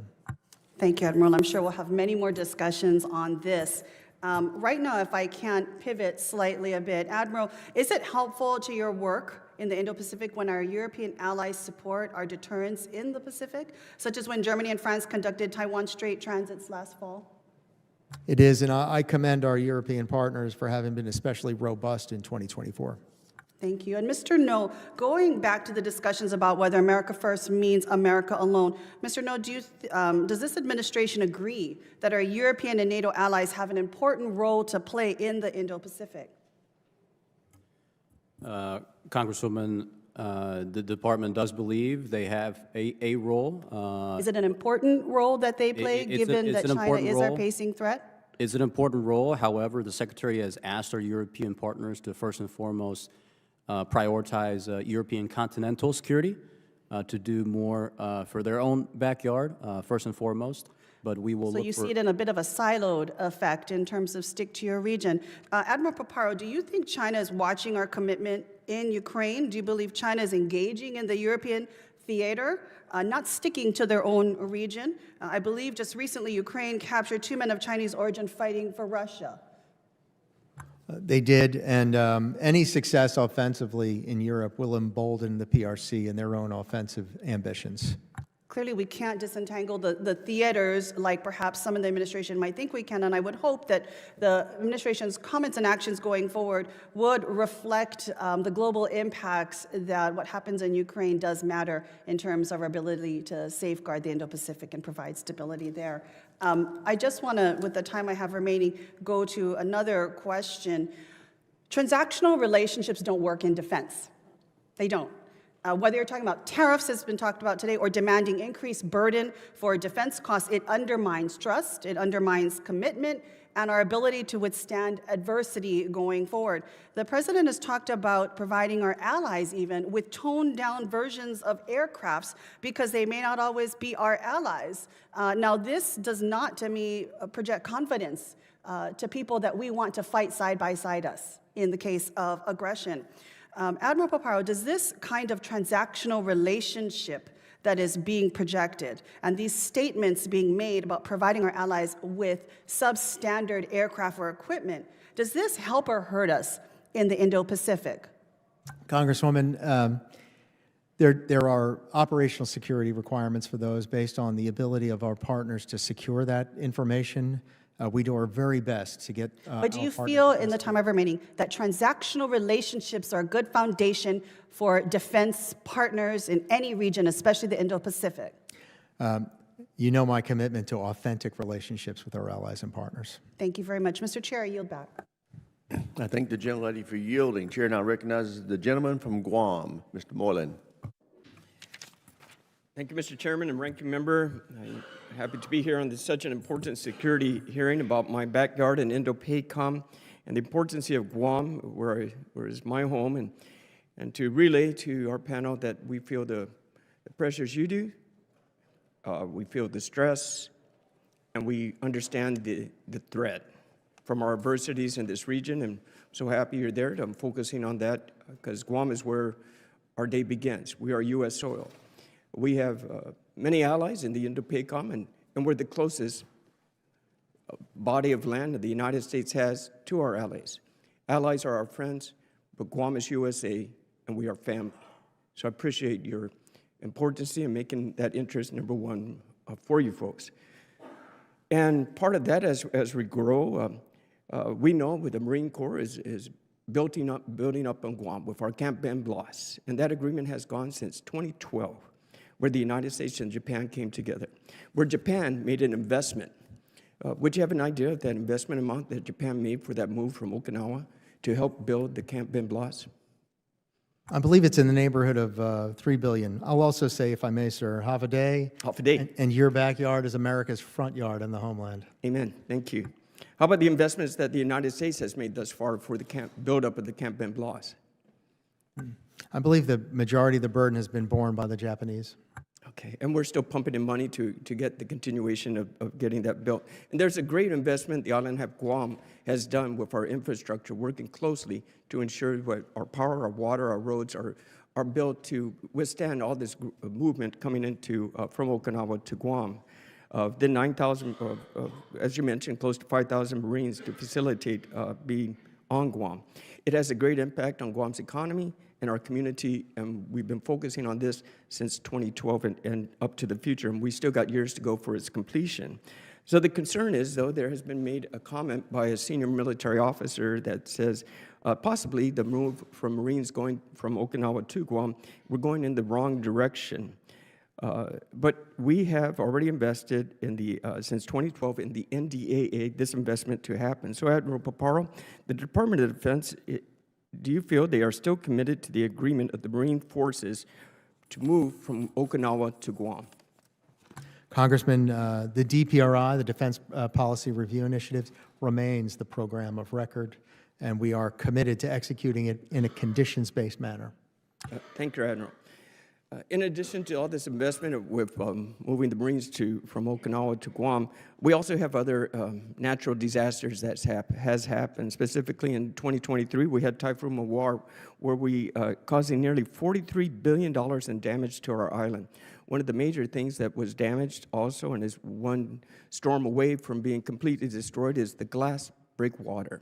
Investments have been made, construction is happening, but this is the key. This is our only port for our supplies that supply our community and our military. With that fails, it's total destruction. And that's our only supply chain to get these ships unloaded. So since this is being rebuilt, I would ask you for an update on the progress of the project and the estimated completion date of the breakwater repairs. Congressman, to my situational awareness, it's on track, but I owe you a more defined answer, and I'll give that to you in written form. But I believe it's on track. It can't happen fast enough for me, but I'll give you the specifics. I appreciate that, and recently I was talking to our Joint Regional Micronesia, Admiral Hoffman, and he said he watched the rocks being replaced with the cranes, so we're moving forward, but I appreciate your updates on that as well. Just a few more minutes here. I got to ask some questions, but we also have some big investments going into the repairs in the Air Force, O&M investments, repairs for that. One specific thing, the category that when our storm tracker was tracking that was at a category 4 of destruction force, but then it blew away. So we need all these things to be repaired in time to properly prepare for the next battle with the next storm, if not our adversaries. So I wanted to know, we got some unfunded priority lists and how you are looking for that to be funded and what you want Congress to help you with your priority list of unfunded priorities. We only have 16 seconds. Guam Defense System is first and foremost in our mind, that remain on track and it deliver on time for Guam's defense as the homeland. And then in addition, our improvements to Andersen Air Force Base, to Northwest Airfield, to those capabilities, and the continued improvements to the submarine base. Thank you, critical. Admiral. Thank you very Gentleman's much. time's expired. Chair now recognizes the gentleman from California, Mr. Carbajal. Thank you, Mr. Chairman. Indo-Pacific is a region of consequence. China, our pacing challenge, is obviously there. So are some of our strongest allies like Japan, South Korea, and Australia. Then there are other nations we want to strengthen our relationships with to counter Chinese influence. I'd argue that actions taken by this administration, like cutting off all our foreign aid and imposing severe tariffs on multiple nations in the Indo-Pacific, friends and foes alike, have significantly diminished our soft power. Admiral Paparo, is soft power important in building and maintaining relationships with countries so we can provide an alternative to China? Congressman, soft power is important. No more? Oh, I like that answer, though. I want to just give you something direct and plain spoken. I can't speak to the policy I executed as a military officer, but soft power is very important to us. As a Marine, I understand your answer. Mr. No, same question to you. Congressman, yes, it is important. Then why is the administration cutting? So, Congressman, on the issue of foreign aid, as you know, State Department has a lead for approving most foreign assistance programs. Department of Defense, we fully support reviews to ensure that American taxpayer dollars are spent to support concrete American interests. We will have honest conversations with our allies and partners about what America is able to do in the region, but we will absolutely make sure as the department that these foreign assistance programs are aligned with both the President and the Secretary's priorities and policies. Well, it's contradictory to what this President and this administration is doing, so I appreciate your response. Admiral Paparo, do you feel you have the space capabilities and support you need in your AOR, including tactical surveillance, reconnaissance, and tracking? And what are the risks of losing space superiority? We have shortfalls in our air-breathing ISR for persistent stare, and I would like to make up those shortfalls. And space superiority, domain awareness, space and counterspace are critical, indispensable, and would be the first battle and are critical to determining strategic, operational, tactical warning and gaining early leverage. That's the first battle, and it is primus et principis in ensuring our own capability to deter and to prevail. Thank you. China is producing aircraft, ships, missiles, and satellites at rates we cannot match. They are closing the gap in the quality of systems and have passed us on quantity. Even combined with Japan, South Korea, and Australia, their systems outmatch ours by numbers. This war is something that we must try to avoid. Admiral Paparo, do China actions from their intense procurement of systems to aggressive actions in the South China Sea suggest there is a way to continue deterrence? And what can the U.S. and our allies do to detour a conflict with China? Congressman, my first comment there is that we can match their capability, and it's a matter of will, and we have to get after it.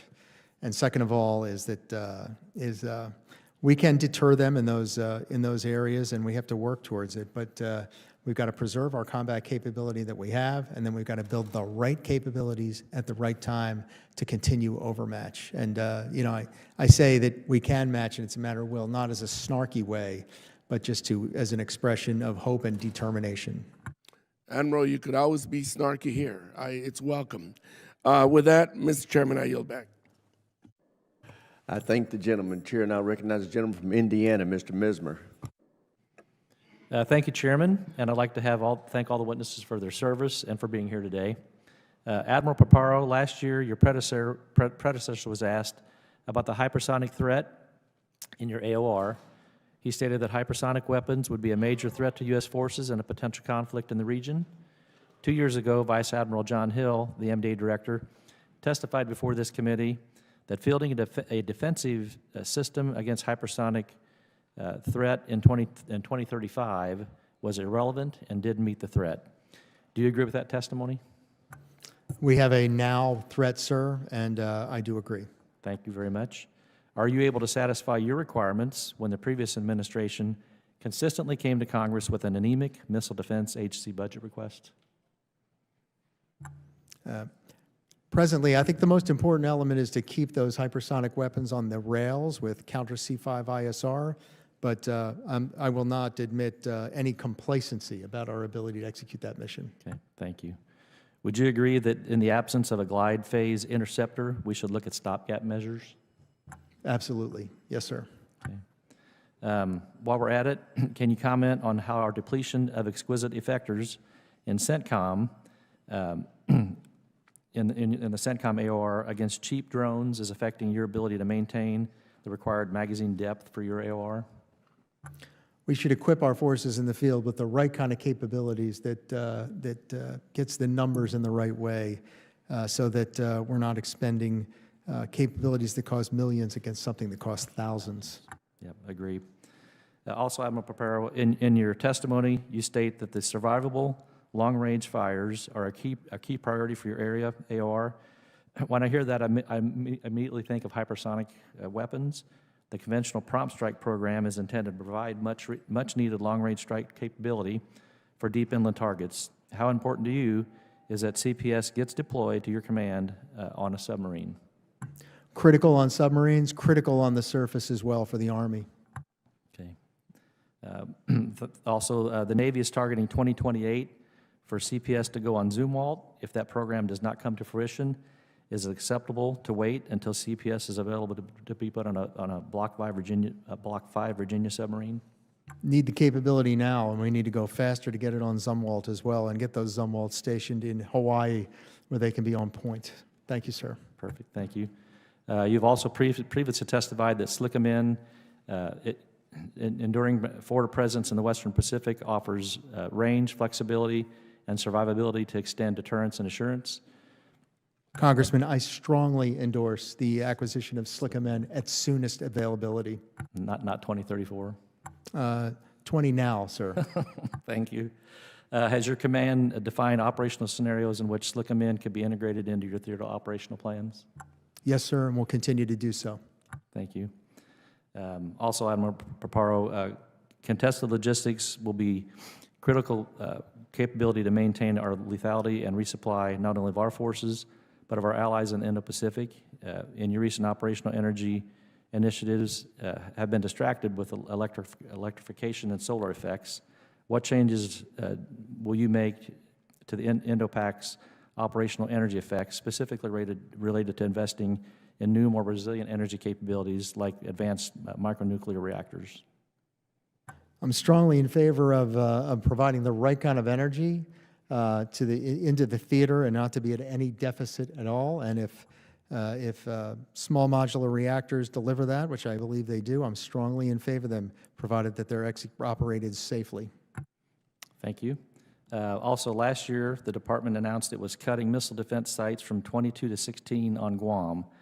Can you explain the plans for the committee, where you are in developing and implementing those plans? Sir, Guam Defense System Tranche 1 will deliver in 2027. And I think to have our Guam Defense System, to have the effectiveness of the system be the driver for the acquisition of it, and to look at opportunities for directed energy, for electronic warfare, and to not fall in love with the plan, but to fall in love with the ability to defend effectively the homeland in Guam. Thank you very much. I'll yield back the rest of my time. Gentleman yields back. Chair now recognizes the gentleman from Massachusetts. Thank you, Mr. Chairman. Our overall strategy with China is one of deterrence. Given the strong support that China has had, critical support to Russia during its illegal and aggressive actions in Ukraine, and the fact that even recently 2 soldiers were captured who were Chinese, and we'll wait to see the implications of that whether it's isolated or what the background is. How important is it in terms of deterrence that the U.S. and our allies, the over 50 countries that are participating in this, be successful in Ukraine and continuous in that effort to underscore our deterrence with China? Congressman, I know that China is watching. I know China is directly supporting that effort. And I think that Russian success will embolden China, and Russian failure will give China pause and would enhance our deterrence. And also, what effect would it have if somehow that 50-country coalition and the U.S. not working in concert with that 50-country coalition that it has led have to do with our other alliances in the Indo-Pacific, particularly countries like Australia and our Pacific allies as well? That kind of fragmentation could be a signal to China as well in terms of deterrence. Well, sir, without a comment on policy and not having much insight into that coalition, just side-to-side insight, the credibility of our alliances and partnerships and the credibility of American commitment is critical to alliances and partnerships, and that remains a key and critical strategic center of gravity for the United States. And how would you assess the evolving threats posed by China, Russia, and North Korea, particularly in the multi-domain operations such as cyber and space warfare? I give them great respect, and that great respect that I give them deserves a robust, dominating response from the United States of America. And they've got a lot of game in those domains, and we've got to stay on top of it. Even North Korea, with their the way they operate in the crypto markets, it requires a lot of attention and the ability to thwart that. Great. Well, I just want to thank you for your service, all of you, and I yield back. Gentleman yields back. Chair, and I recognize the gentleman from North Carolina, Mr. Harrigan. Thank you, Mr. Chair. Gentlemen, thanks for your testimony this morning. Very much appreciate it. And just got a couple questions for you. One thing I've noticed, and I think we all understand, is that the Indo-Pacific is truly the pacing threat and theater for strategic competition. That is happening right now. And there is no doubt that the lessons that we are learning in Ukraine show us that low-cost innovation is starting to dominate the battlefield. This is a particular concern for me as we look at China because of the discrepancy between what China can produce against our dollars versus what we can produce here in our country. I think most times when a product is purchased in China and then sold in the United States, it's sold for approximately 3 to 6 times, depending on the distribution model, what it actually costs to produce in China. So when we look dollar to dollar against what China is spending on their defense, what the United States is spending on our defense, what we're spending here, there's actually, you can't compare it dollar for dollar because those dollars are representative of a very different production capacity. And this has me very concerned, particularly with SUAS and small drones as we wrap in the lessons that we're learning from Ukraine. And I think that we've come to a point where we have $2,500 drones that are truly threatening multi-hundred million, if not billion-dollar assets. The ranking member talked about how Russia's Black Sea naval fleet has been in part scuttled by a force that has no navy of its own. Truly remarkable times and incredible threats. 80% of the Russian casualties that are being caused in the Ukrainian theater are being caused by FPV drones. And it's estimated right now that China's drone output in 2024 was $29.4 billion, which is at least 4 times the amount of money that the United States is spending, obviously with far lower, by an order of magnitude, unit costs. China's continued modernizing its FPV, swarm, and biomimetic drone capabilities. So I want to talk about the Chinese drone advantage that we see today. What threats does China's dominance in the global drone market pose for U.S. national security in the event of a potential conflict? Congressman, China dominates the drone industry just by dint of their capacity to build them. Many of the long lead critical items that go into any drone are made in the People's Republic of China. So diversifying our supply chains in order to ensure that we're not dependent on China to acquire the drones that we need to deter China is absolutely critical. General Brunson, do you have anything to add for? Yeah, I would, Congressman, and thank you. I can see without my glasses that you have served, so thank you for that, sir. One of the things that we want to try to bring to Korea is, I think what we might be able to do is to innovate better. So if you're familiar with the Army's Transforming in Contact Part 1 and 2 Tac 0, there's some technology that's being put forward now that's going to allow us to 3D print drones. And so we can have our own autonomous swarms that we could go counter with. We're also looking to invest in other counter-UAS technologies as we've seen the hardening along the DPRK border within the DMZ. We've got to be able to see a bit further. And other things that we might be able to do in order to improve our ability to understand our operating environment is the use of technologies that already exist that would give us the same advantages. High-altitude balloons, for example, could be used to great effect, in particular on the peninsula. Are we doing any of these initiatives at the scale we need to do them in order to accomplish your strategic objectives that you've been given? I'm dissatisfied with the scale.